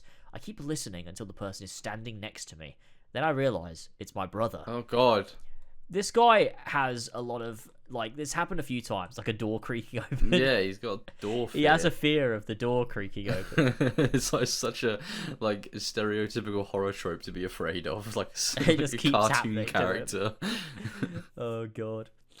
It turns out my entire family was in the mansion too, and now my brother has to go and piss as well. So we pissed together for some reason, covering our privates as the two streams were flowing through. Okay. What? Whoa, wait. What? He's dreaming about him and his brother pissing together in fucking Franklin's mansion in GTA 5. Can you not just wait? Apparently not. It was kind of awkward, but luckily it was over quick. Kinda. It was then I spotted a suspicious yellow puddle on the floor beside the toilet. I then hear my mother hysterically laughing in the background. It was a villain laugh, though. It didn't last long, as I suddenly found myself back in the bed I just left. It's still the same timeline, it's just a few minutes have passed. It's dead quiet, and I'm for some reason watching a PewDiePie video. Classic. It was a video where he was reacting to the prices of certain establishments. Sort of just going through it and laughing along the way. I followed along, but was suddenly intrigued when something specific appeared in the video. The entire set for the Barbie movie was only $12,500. That's not a house, is it? Barbie's house, 12 grand. Take it or leave it. That sounds crazy cheap. I mean, I don't have the money for it, but maybe my mum would want to buy it, I thought. Then I kept watching the video, and I'm sort of transported inside it, which is ultimately where the third timeline comes into play. I'm now at the Barbie movie set with my mum and my cousin and my cousin's mum. But it's a water park. Lots of crystal clear water. Some really mental looking water slides. Pink flooring. Big statues of Barbie dolls. Only 12 grand. Only 12 grand. Better yet, it was all located outside where the weather was a clear summer day. Beautiful. It was quite a good time. It was then I started discussing business with my mum. What if we bought this place? And my mum was like, I reckon you'd only have fun here for like 2 days, so no, we won't be buying No, it. you wouldn't just live there, would you? You'd make it into like a theme park. Like, you know, you wouldn't just fucking buy it. I bet you'd only have fun here for 2 days. Imagine if you said that with buying any property. Yeah. Buy a house. You gotta have fun in there every day for the rest of the time you're there. Yeah, you'd only have fun in this house for 2 days, so it's not worth buying for 12 grand. Well, this started doing business with his mum. How about you buy the Barbie theme park, mum? Let's do it. I was a bit disappointed, but I understood where she was coming from. It was then she turned to me and said something odd. I hope it's okay that, you know. She proceeded to point towards one of the big Barbie statues, and as I glanced at it, I realised nothing was covering the statue's upper body. Oh my god. In other words, my mum wasn't very fond of the fact the statue's breasts were in view of her son. What the fuck? But I was like, no, it's fine. The plot thickens. We enter a fourth timeline, where I'm now standing on a super flat world in Minecraft. There were a bunch of people there, standing beside me and looking forward. It was then I realised something. Standing beside me to my right was none other than the gamer James Welford himself. Oh my god, he's made another cameo. It seems this dream contained a cameo. Maybe that guy really was from Marvel. Maybe he orchestrated this. I was excited to meet him, but he stood there, quiet, also staring forward like the other random people did. It was then I turned my gaze in the same direction. In front of the crowd was a random person fighting the eagle-bearing Mystios, Alexios. Fucking hell. In Minecraft Flatland. It's a Minecraft flat world fucking bio, and Alexios from Assassin's Creed Odyssey is there. Banger. I was stunned, much like James, but I quickly snapped out of it. Turned to James and jokingly said, you know, it should be Cassandra instead of Alexios, since she's the canon character. Fuck's sake, the fucking brain rot. James turned to me, and with a face lacking any sort of emotion, he said only one word, okay. I guarantee you that's how he would react in real life if you said that to him. Okay. I was embarrassed that my joke didn't really stick, so I glanced back at the fight unravelling in front of us. It was then I realised this was supposed to be a cutscene from the game, since the animations were so piss poor. Alexios proceeded to kick bits of grass at his opponent to no avail, then kicked again, and a surge of water blocks and lava blocks started spraying. The blocks awkwardly spawned beside him before firing off, prompting me to return to James again and say, this looks like shit out of Roblox. I then saw his face. It lit up with a tiny smile. Finally, he was amused by something. James wouldn't even laugh at a Roblox joke. This weird version of James that just loves Roblox. I'm a big fan of Roblox. Then we get to the epilogue, a fifth timeline. I'm suddenly sitting in a car which is driving on a highway. I look around and realise James is the one who's driving and thinking, what the fuck am I doing in his car? Anyways, again. I get my bearings straight and then I ask him something I can't quite understand yet. It was simple. Who's Troy? It felt like I was referring to some Greek god, but I couldn't put my finger on it. Or I like looked at the James, city of Troy, maybe. The city of Troy. Who's Troy? I looked at James, who now turned his head to me, but before I could say anything, I woke up. All morning I was racking my brain as to what I experienced. It was a strange journey with a shocking cliffhanger, but intriguing nonetheless. And I hope I can one day figure out who Troy is. Same. Anyway. Troy Bolton, maybe? I hope it was worth it. Yeah, maybe. I hope it was worth the read. Thanks, gamers. Also, I think you missed my comment on episode 14. It was a suggestion for the news segment. I think that must be what he talked about. Yeah. God, all the way back at episode 14. That was ages ago. Yeah. Somehow we do miss these comments. We don't get many, but we still miss them. Yeah, we do. Because we're fucking useless. We're terrible. But that was a great dream, though. I had such a good time. That was good. That's again another dream example. Segments are good. They are great. It's when people write like that. You know, you gotta write it like it's a story. Yeah, don't flip from idea to. I know that's what dreams are when they just flip from thing to thing, but you need to write them like they're a narrative. Yeah. That's what makes exactly. Them more that's fun. what makes it interesting because it's the same as like AI coming up with something. Yeah. Like your brain comes up with this weird scenario, and then you take that and you write it out like it's a fictional story, and then it just comes across really fucking funny. Exactly. So. That That's what literally made is it kind good. of That what was good. dreams are. They're like generative AI. Yeah, it just because your creates- brain's like, because really what it is, right? It's supposed to be like your brain, like it's like a lot of thoughts all at once, and then your brain tries to make sense of it when you wake up or something, right? Well, that's what the theory is. We don't know a lot about dreams, to be fair, but yeah, that's But like that's the most. just a theory. Oh, Matt Pat's died He's died. to me. Oh, Matt Pat. But Classic. yeah, great dream. I loved it. Very, Nonsensical very, enough, but also very written good in a dream. sensical way, and that's Yeah, what's great that's about for it. sure. Banger. That is for damn sure. Thank you for the dream. Do you want to read the bread room? How long is it? Let me have a look. I'll tell you how long it is. I don't think it's super long. So I could probably do it. Let's have a look. Let's have a look. Where is it? Okay. Episode 137. Okay, hold on. Let me find the topics thread from this one. Le bread room. Here we go. I'll find it and then I'll copy and paste it. Beautiful. Let's see. Where is it? Okay, it's mostly dialogue. Okay.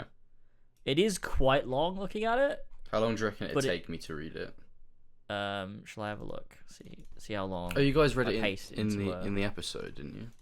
Yeah. But I don't know. Oh, I guess you guys like chatted shit in between reading it as well.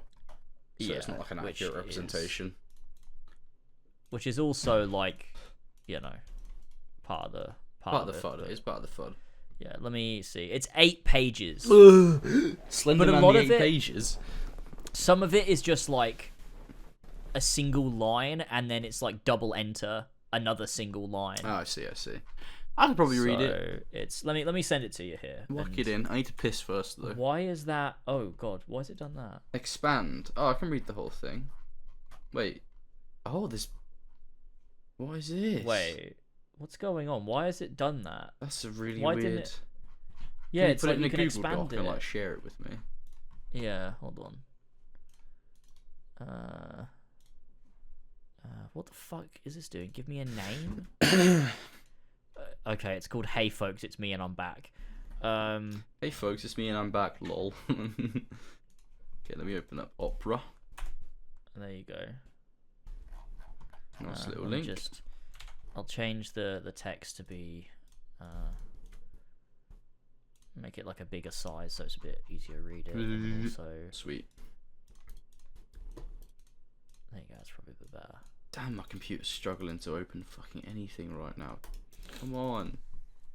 Classic. It's the classic shitty fucking computer that Piece just of breaks shite. down Like, upon trying to open a Word document or something. why is it doing this? Classic. Alright, well, I need to go piss, so I'm gonna piss now and hopefully it'll be Okay. yeah, Cool. hopefully it'll be loaded by the time I Okay. get back. I'll cut this out. I'll do a bit Yeah, of that. sound. Alright, back in a sec. Okay. Cool.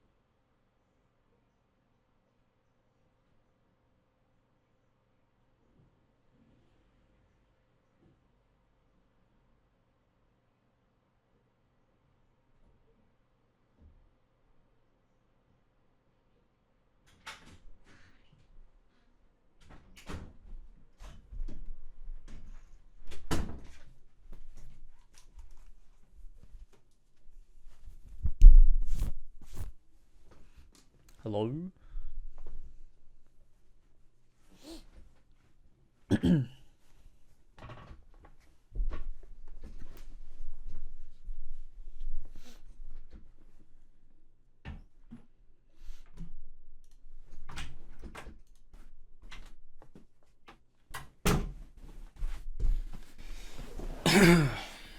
Okay. Yo. I'm back. time to read. Time to read the bread room. Yeah. I will also. I had those articles that I sent in the Discord, but we can save those for like next time, whatever. Oh yeah, sure. Okay, that's cool. Okay. Yeah, and then next episode I'll also try and come up. I'll take a few ideas from thingy. Unless you just want to make next episode the AI dungeon. We could do that too. Because that'd it takes us fucking ages to do it. That's so we true. could just make that a whole episode. It's like every now and then we can do like an AI dungeon episode. Yeah, that could be cool. That'd be pretty fun. Okay. Yeah. So. Okay, cool. The bread room. The bread room. Move it over to this monitor. Oh my god. By Andrew. Move this over here. Andrew. Do we want to dox his full name? Just Andrew. I don't know what his full name is. He's good. called Baby something, I think. He's called Little Baby. I don't fucking remember. Little Baby Andrew. Baby Boy. I think his name was Baby Boy. I think so. That's amazing. Okay. Bread room. Here we go. Hey folks, it's me. I'm back, lol. Hope you guys are doing well. Today I've got a fictional story for you to read if you can handle it. Don't worry, this will be the only one, just for old time's sake. I understand it's quite long, so without further ado, I present The Bread Room. I think for context as well, you have to know that Andrew sent in a lot of fictional stories, like he likes writing, so it is supposed to be serious. He's okay with us shitting on him though. Okay, he likes it. He thinks it's fun. But he wrote this years ago as well. Yeah, this was a few years ago. It's probably like 4 years ago. That's fine. And it was also he also wrote shit. Do you remember I don't know if you even know about it. Like if it went outside, there was this like detective series of No, it wasn't. No, that was Chris Kluber. Shit. Fuck. What was it? It was the pirate one. Bob Stelio. Oh, I remember you guys talking about it. I don't actually know what that even is, but I remember. I do remember the Adventures you of guys. Captain Bob Stelio. I do remember the that craziest being a meme. part of that, right, is that we got all the way through. He did it was like a trilogy, like 3 parts. Yeah. We got all the way through thinking it was like set in the olden times, like a pirate in the olden times. It wasn't. Okay. It was set in the modern day. Fuck. The whole time you had the wrong idea of what the world was even like. Yeah, it was fucking mental. Amazing. Anyway, Maybe we can read that one day. Okay. Yeah, true. Banana bread, Martha yelled, still raising herself up from the oven. A boy came running into the kitchen, knocking into his mother around the corner. Benjamin, you be careful, I could have dropped this. Martha placed the hot tray onto the kitchen counter to cool off. I'm sorry, Mom. I just love banana bread, you know that. So if it fell, it would have been your fault anyway, because you know how I get. Benjamin trying to place the blame off of himself. Martha rolled her eyes. Get ready for school. I don't want you to miss the bus again. That won't happen anymore. It was just that one time. A couple times. Martha again rolled her eyes. It was a couple times just this week. I was ready, but the bus driver likes to come early. Benjamin, just get ready. Okay, Benjamin groaned. What the fuck is this? Upstairs, Benjamin collected his clothes for the day. He dressed and headed back downstairs for breakfast. Today, Benjamin was excited to try a new cereal. Hey! Captain Bob Stelio. It's a little reference. Holy shit. It came with a cool toy boat. He wondered if it would float. Too distracted, wondering over that, Benjamin overfilled his bowl with almond milk before he could do anything. It was pouring onto the floor. He tried to clean it up, but as he was bending over, he saw out the window that the bus was coming down the road. He quickly grabbed his books off the counter and rushed out the door. Benjamin, what did you do? Benjamin heard his mother yell as he boarded the bus.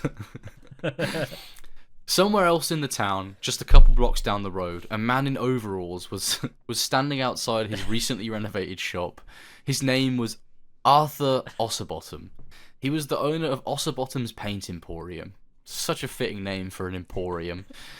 Who started the business after his father passed. Before that, it was a bakery where Arthur used to work alongside his family. However, as friendly as his father was known to have been, Arthur, on the other hand, began to have rumours spread about him. Some said he was hiding something, some offered he wasn't even human, and some believed his paint shop was a ruse, and that he was a spy of some kind. Maybe it was the mysterious nature of Arthur, or the fact that people didn't need paint shop in the year 2029. What? But the shop was clearly not performing well. Why did people not need paint in the year 2029? He just drops the setting. She's like, no, this isn't like the future, the near future. It's just like 2029, the very near future, where the world probably isn't like any different to the way it is now. They just don't need paint. What's the paint alternative? I'm confused. I guess this world building just doesn't go far enough. It's just ham-fisted world building in the middle of a fucking sentence. Arthur hoped the new renovation would brighten up the place and encourage customers to come in. Meanwhile, now at school, Benjamin was up to no good. In fact, he was getting into some very negative business, learning about subtracting and adding integers, that is. Subtracting? Negative? That's so weird. The author making a joke through the fiction. That's so weird. Yeah. Like he just broke the wall. Learning about subtracting and adding integers, that is. Nudge, nudge. You get it? That's so weird. Math was by far his least favourite subject, and his grades reflected that. Benjamin couldn't be bothered to learn about numbers and the language of the universe, as his teacher coined it. Benjamin daydreamed about fighting cowboys and flying jets, shooting hoops and sinking ships. His imagination was very expansive. Benjamin was bored and he wanted out. That was when a brilliant yet devious plan struck his mind. He asked to use the restroom after being granted permission He asked to use the restroom, and after being granted permission, he proceeded to do so. But as he was walking back, he stopped for a moment to follow through with his plans. He walked over to the wall and pulled the fire alarm without hesitating. Beep, beep, beep, beep, beep, beep, beep, beep, beep, beep, beep, beep, beep, beep, beep, beep, beep, beep, beep, boop. That was as many times as it was written. Why? Not even like any form of onomatopoeia used to describe the continuous alarm, but just written out. Written out a lot of times. That's the way the author intended for you to read it. The alarm kept going and going. Now, students and teachers began to exit their classrooms. Everyone gazed at the flashing alarms and wondered why it had to be so damn annoying. Once everyone gathered outside, they began taking roll to ensure everyone was there. Benjamin caught up to his class and stood with his peers who were being counted. The principal was very confused. She asked around if everything was okay. There was no plan for a fire drill today, so the alarm went off for a reason, she thought. The fire trucks arrived at that moment. Firefighters ran inside without delay. It took about 20 minutes, but they soon declared there was no fire at all. Someone had pulled the alarm for no reason. The principal was furious. She ordered every teacher to question their students. She needed to find out who did this. But what was his plan? Didn't have to be in... Get out of class. Oh, okay, literally that was it. It wasn't like... That was it. It wasn't like pull the alarm as a distraction for something else. It was literally just, I'm going to pull the alarm because I'm bored. Yeah, that was it. Yeah. Exactly. Benjamin's class whispered to each other on the way back. They knew someone was going to be in deep, deep trouble. When they got back to their room... Oh, wait, what? When they got back to their room... As a sentence, just like sort of in the middle of that. I think it's meant to be a comma. Yeah. The teacher sat down and said, "Well, I know it was one of you pulled the alarm, so we're just going to watch a movie till the school finds out who did." Oh, fuck. Speaking of alarms, that's mine. Oh, wait, is it a woman? It says, well, I know it was none of you. Oh, okay. So it could be a male teacher and my voice wasn't wrong. Oh, no, it is a woman. No. What? Yeah, that doesn't matter. I was just saying, you said... I know it was one of you. Oh, okay. Oh! But it says none. Well, I know it was none of yous who pulled the alarm, so we're just going to watch a movie till school finds out who did. Why would they do that? It wouldn't happen. But in this... Let's watch a movie. Yeah, they would just go back to doing their work. Yeah. The class cheered in excitement, except for Benjamin. He nervously cleared his throat. That's the noise he made. The principal began checking the security cameras, and that's when she saw it. One student, a boy, walked up to the fire alarm, did a little dance, and pulled the alarm. She slammed her fist on the table. "Find out that boy's name. I want him out of my school," she yelled powerfully. The two security guards behind her looked at each other. I think she meant you, the tall one said smartly. Though, she was definitely talking to you, the other protested. She turned around, took a deep breath, and said, "Well, both of you go already." "Right, boss," said the tall one eagerly. "We're on it." The other one followed. They went down to the area where the camera showed. They asked around until they found the right room with the right student. They pulled him out and sat him in their office until his parent arrived. His mom was called while she was at work. She was furious to hear that her boy was in trouble, and this time for something so serious. She rushed out of work and headed down to the school. Over at the paint shop, Osserbottom was mixing up a fresh bucket of paint. He handed it to his customer as they smiled on. "I thought nobody needed paint." Nobody needed paint in 2029, but apparently they do. He was serving Benjamin's father, Dale, who was picking up the paint for work. Fucking Dale. Oh, what can I do for him? "Thanks," Dale said politely. I can't keep that fucking voice up, no. "Thanks," Dale said politely. A few seconds passed. "You could leave now," Arthur said rudely. "Well, I actually wanted to ask you something." "Then do so." "Do you need any help here at the store?" "I'm managing quite fine. Besides, there's barely room behind the counter for me, let alone 2 people." "No, I mean for my son. He's 14 and I'm just trying to find something for him to do. He's quite picky when it comes to working." "No, thank you." "Oh, please. He's a good kid. At least give him a shot. What's the worst that could happen?" "Okay, fine." "You could bring him in this weekend." Okay, that didn't take much convincing. "Thanks so much. God. Oh, I just know he'll be a huge help." "Yes. Good day now." Back at school, Martha waited in the lobby to meet with the principal. Then she was called over. Martha walked down the hall to stand with her son outside the principal's office. "Please come in," the principal said. "I understand Benjamin pulled the fire alarm today," Martha said, not breaking her stern stare at her son. "Yes, he did. I'm very disappointed in him. Can you tell me why you did this, Benjamin?" "I was bored," he said, shrugging his shoulders. "You were bored? Well, that doesn't excuse your behaviour. I'm expelling your son from this school. His behaviour is inexcusable." "You're expelling him? Where will he go? This is the only school around." The only school around. There's no other school in his town. It's a small town. It's a small town. I guess it is. It's tiny. Guess it is. It's a small settlement. God. "Well, there's always the possibility of homeschooling him. I work. Me and his father can't take time away from our jobs. Can't you give him another chance? There are other punishments too." "I've already made up my mind. You may leave now." Martha looked at her son now with disappointment. She didn't say a word to him till they were in the car. "I can't believe you did this, Benjamin. I don't know what we're going to do with you." "I'm sorry, Bob. I didn't think this through. Kids say I'm stupid. I guess they're right." Where's this come from? Martha changed her tone. "Benjamin, don't think that. You're not stupid and don't believe anyone who says you are. I know you have trouble focusing on school. Your dad was just like you and he turned out fine. We're going to figure this out, okay?" "Okay, Mom." When they arrived home, Martha spoke with Dale. He was expelled today. "So he won the fight. Nice." "You don't even care?" And no, he wasn't in a fight. Martha was angry. "Oh, well, yeah, I'm upset. Of course I'm upset." Dale tried to correct himself.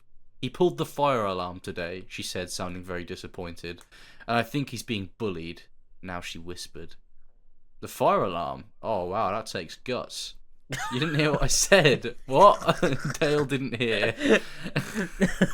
What is this shit? "I said I didn't think he's being bullied." I said I think he's being bullied. No. By who?" Dale sounded angry. "His classmates. He said they called him stupid." "Well, he's not going there anymore." They paused. God, I love how this is the same character that was just at the paint shop, like, begging for his son to have a job. Yeah, like he was a good father before, and now he's just like this vacant dad.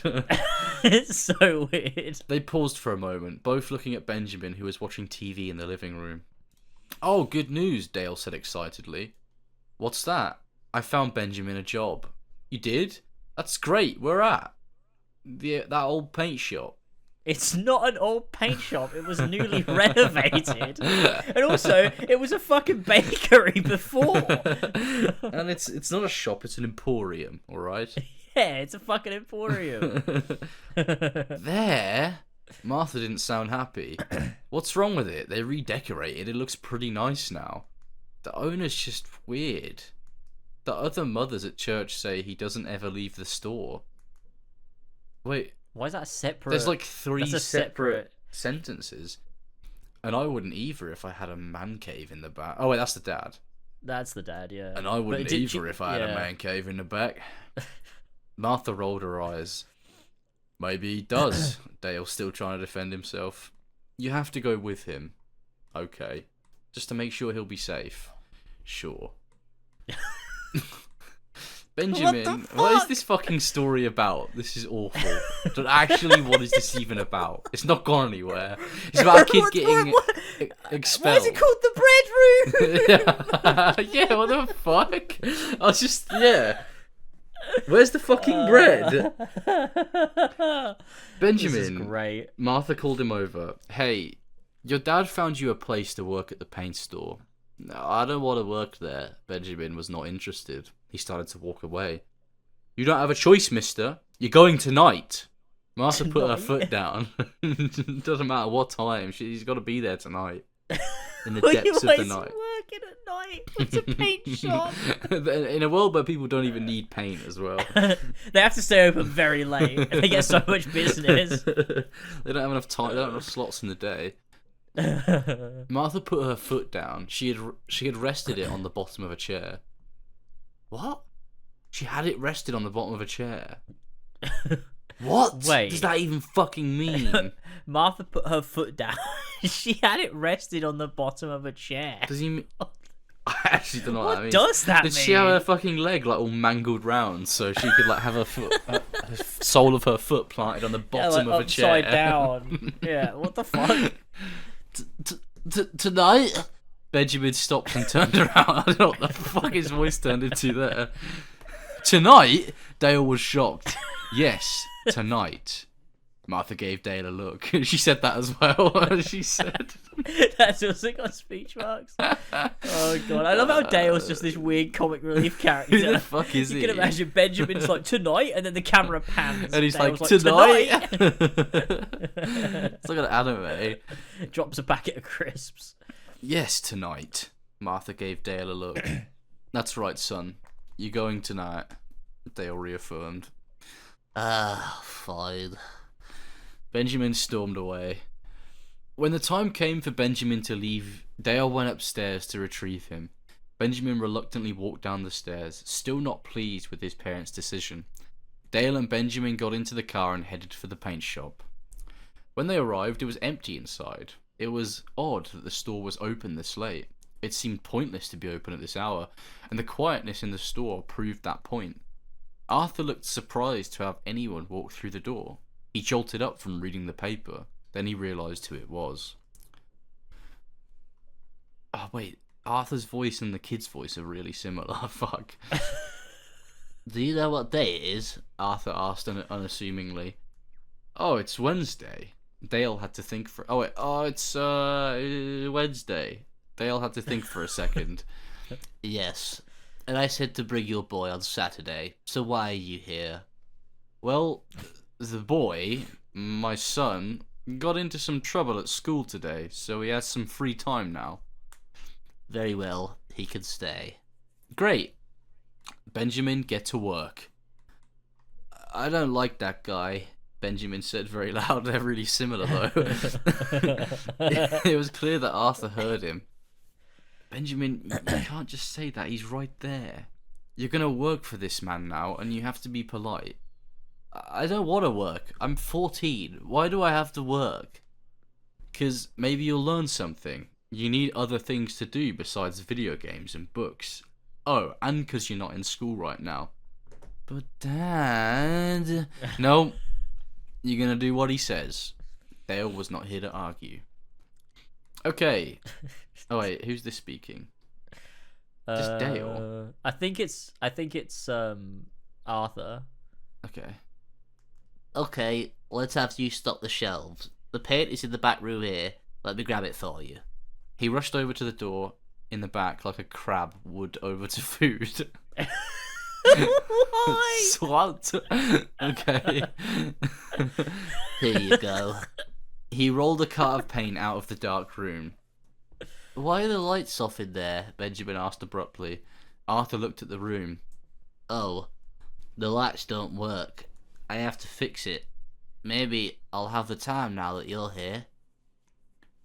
Yeah, 'cause you were pretty busy. I can't fucking differentiate their voices. Fuck. Yeah, 'cause you were pretty busy before, Benjamin said sarcastically. Hey, Benjamin, don't say that, Dale said authoritatively. Benjamin sifted through the cart, unloaded it bucket by bucket. When he was finished, he hoped to receive praise, but he was ordered another task. At this point, Dale had left, and Arthur was continuing to read his paper. Benjamin saw this opportunity. Benjamin saw this as a perfect opportunity to get into some mischief. In brackets, ha ha ha ha. What? It's fucking crazy. You say this guy's passion was like creative writing. I mean, he used to write fictional stories all the time, unless it was a big long joke. I don't know. This is fucking slob. Benjamin knew that the paint guy was hiding something in that room. Maybe a dead body, he thought. That's a bit of a fucking conclusion to jump to. That is Fucking hell, crazy to Benjamin. jump to that conclusion. Benjamin walked over as the man continued to be distracted. Benjamin tried to turn the knob, but it wouldn't budge. The man had the key, and Benjamin wanted it. Benjamin walked up to the man and stood directly beneath the paper. The man moved it away to reveal the boy's face. Well, what is it, boy? Arthur said, sounding very annoyed. I just came to see if you wanted your jacket. It's pretty cold in here. It was indeed cold. Benjamin had turned down the heat. Arthur thought for a moment. Once he decided he was cold, he said yes. Benjamin brought his coat over and handed it to him. He took this time to search for the key, but luckily he didn't have to look too far. It was right under the counter, hanging on a hook. In one swift motion, Benjamin snuffed the key from the hook and landed it in his pocket. Several seconds had passed, and still Arthur was turned around putting on the jacket. He hadn't noticed that Benjamin took the key. Benjamin headed over to the door, but waited and pretended to face the shelves of paint till the man was distracted again. Then finally, the time came to open the door. Benjamin inserted the key, it fit perfectly, and turned it to unlock the door. He immediately felt uneasy, as if the feeling of dread had walked right out of the door and held on to him. Benjamin reached for the light switch.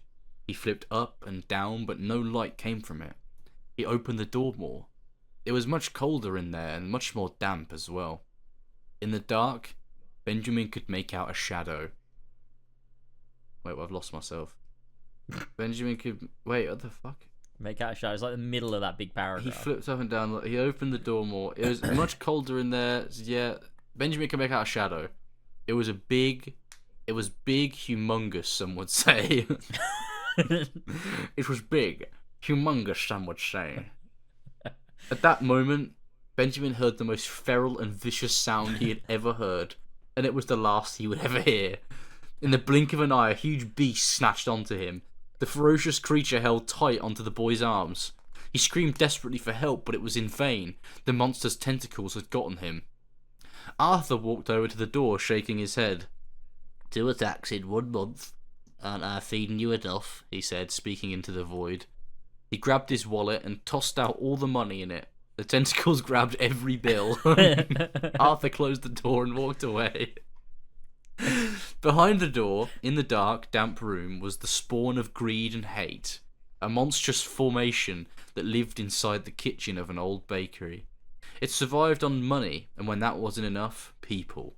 So the rumours were true after all. It looks like Arthur was hiding something, although the town could never have guessed that inside Osserbottom's paint emporium was a secret behind a door, a monstrous, hostile, and very much hungry loaf of banana bread. The end. What the fuck was that? That was Fucking awful. Stupid story. That was Doesn't even- awful. It There's comes out of nothing. nowhere. There's nothing that could prepare me for that. There's no setups. There's no payoffs. There's no. It's like a just- shit creepypasta that like was written by a 12-year-old. It's so fucking stupid, and it's like the bread, the banana bread, is supposed to be like this symbol for like greed. It's like Why? a critique of capitalism. Why? But, like none of the rest of the story like sets it up or informs it or anything. It's just No, like there's no this- theme. no, this loaf of bread is capitalism incarnate, but like the rest of the story has nothing to do with Why is that. it in there if the shop isn't like doing well? Surely it would move to like a lucrative business, and then it would Yeah, start you would eating the think money from so. there. Why would it Why stay has in it gone this into a paint shitty, shop? this shitty paint shop? Clearly doesn't know. I mean, to be fair, when it mentioned about the money being eaten, I thought, oh, the bread room, like bread. You know, people call money bread. It's Oh yeah, I that thought- would have been clever. It wouldn't have been. It would have been fucking No, stupid it still. wouldn't have been.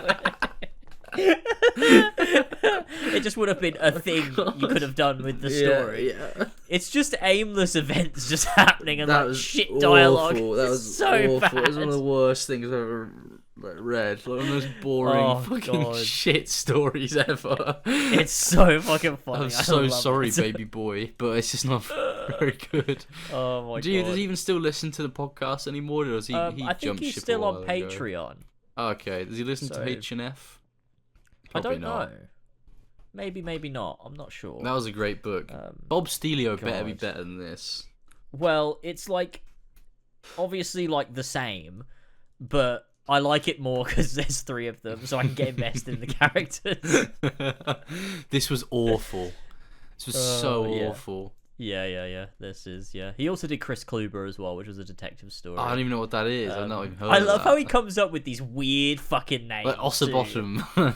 Ossabottom, Captain Bob Stelio, Chris Kluber. What the fuck?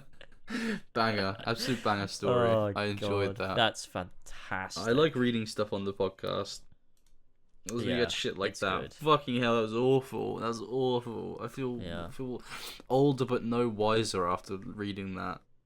Yeah, fuck. Well, that's that. Fuck. That's the podcast. That's the return. God. Come back next week for AI Dungeon. Yeah. Come back next week. a week from now. No, we'll not a definitely week have from one. now. It'll be probably like another Well, 3 months. Yeah, we'll try Nah, and do we'll- it sooner. yeah, Look, if we're gonna do AI Dungeon, then it won't be a normal podcast, which means it can theoretically be sooner. Yeah, and it'll be a ton of fun. I know it's guaranteed to be funny. So, do we want to That's for sure.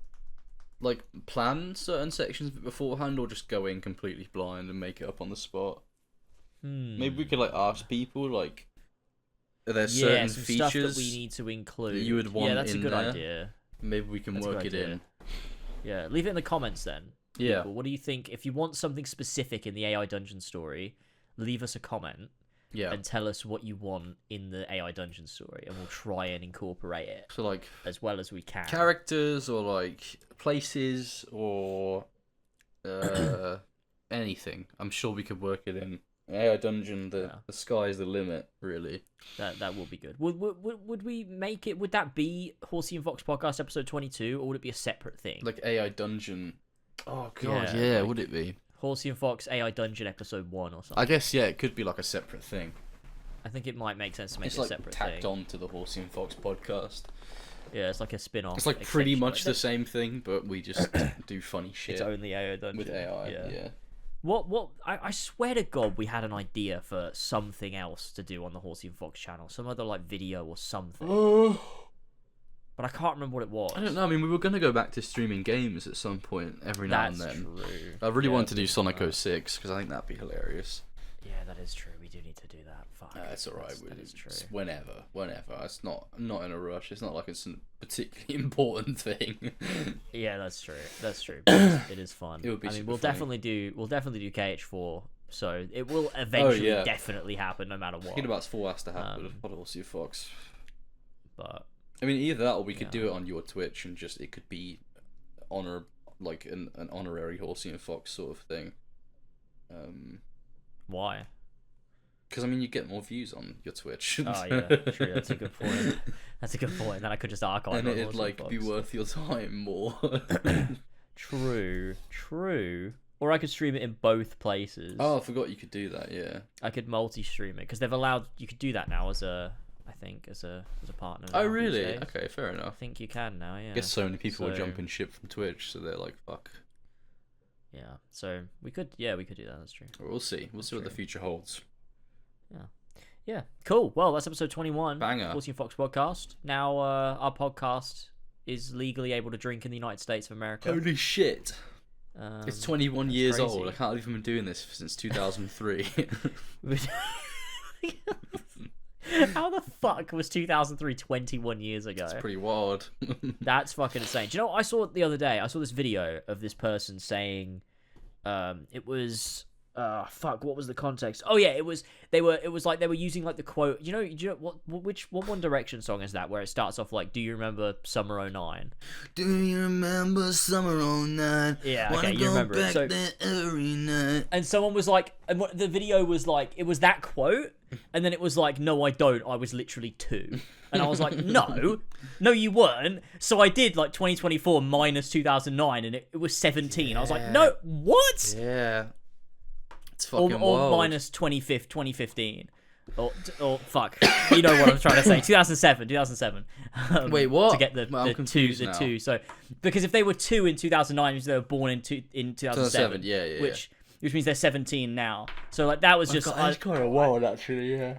that makes no fucking sense. Someone to me. who's That like just doesn't- 17 now, pretty much done with school, about to become an adult, was born in 2009. 2007. 2007, yeah. That's pretty fucked up. But that is crazy, isn't it? Like they were born when AC1 came out. They were born Call of Duty after 4. Halo. Well, they were born, the year of Halo 3. Halo 3's release. Like that's crazy because you got to think to them Fuck. what like COD 4 to them It's like old. is what Final Fantasy 7 is like to me. Fucking Like hell. it came out the year I was born. That's what like that's Kingdom fucking Hearts insane. 1 is to me. That's wild. That is really weird. The Xbox That- 360 is older than them. I do not like that. I really don't like that at all. That's really weird.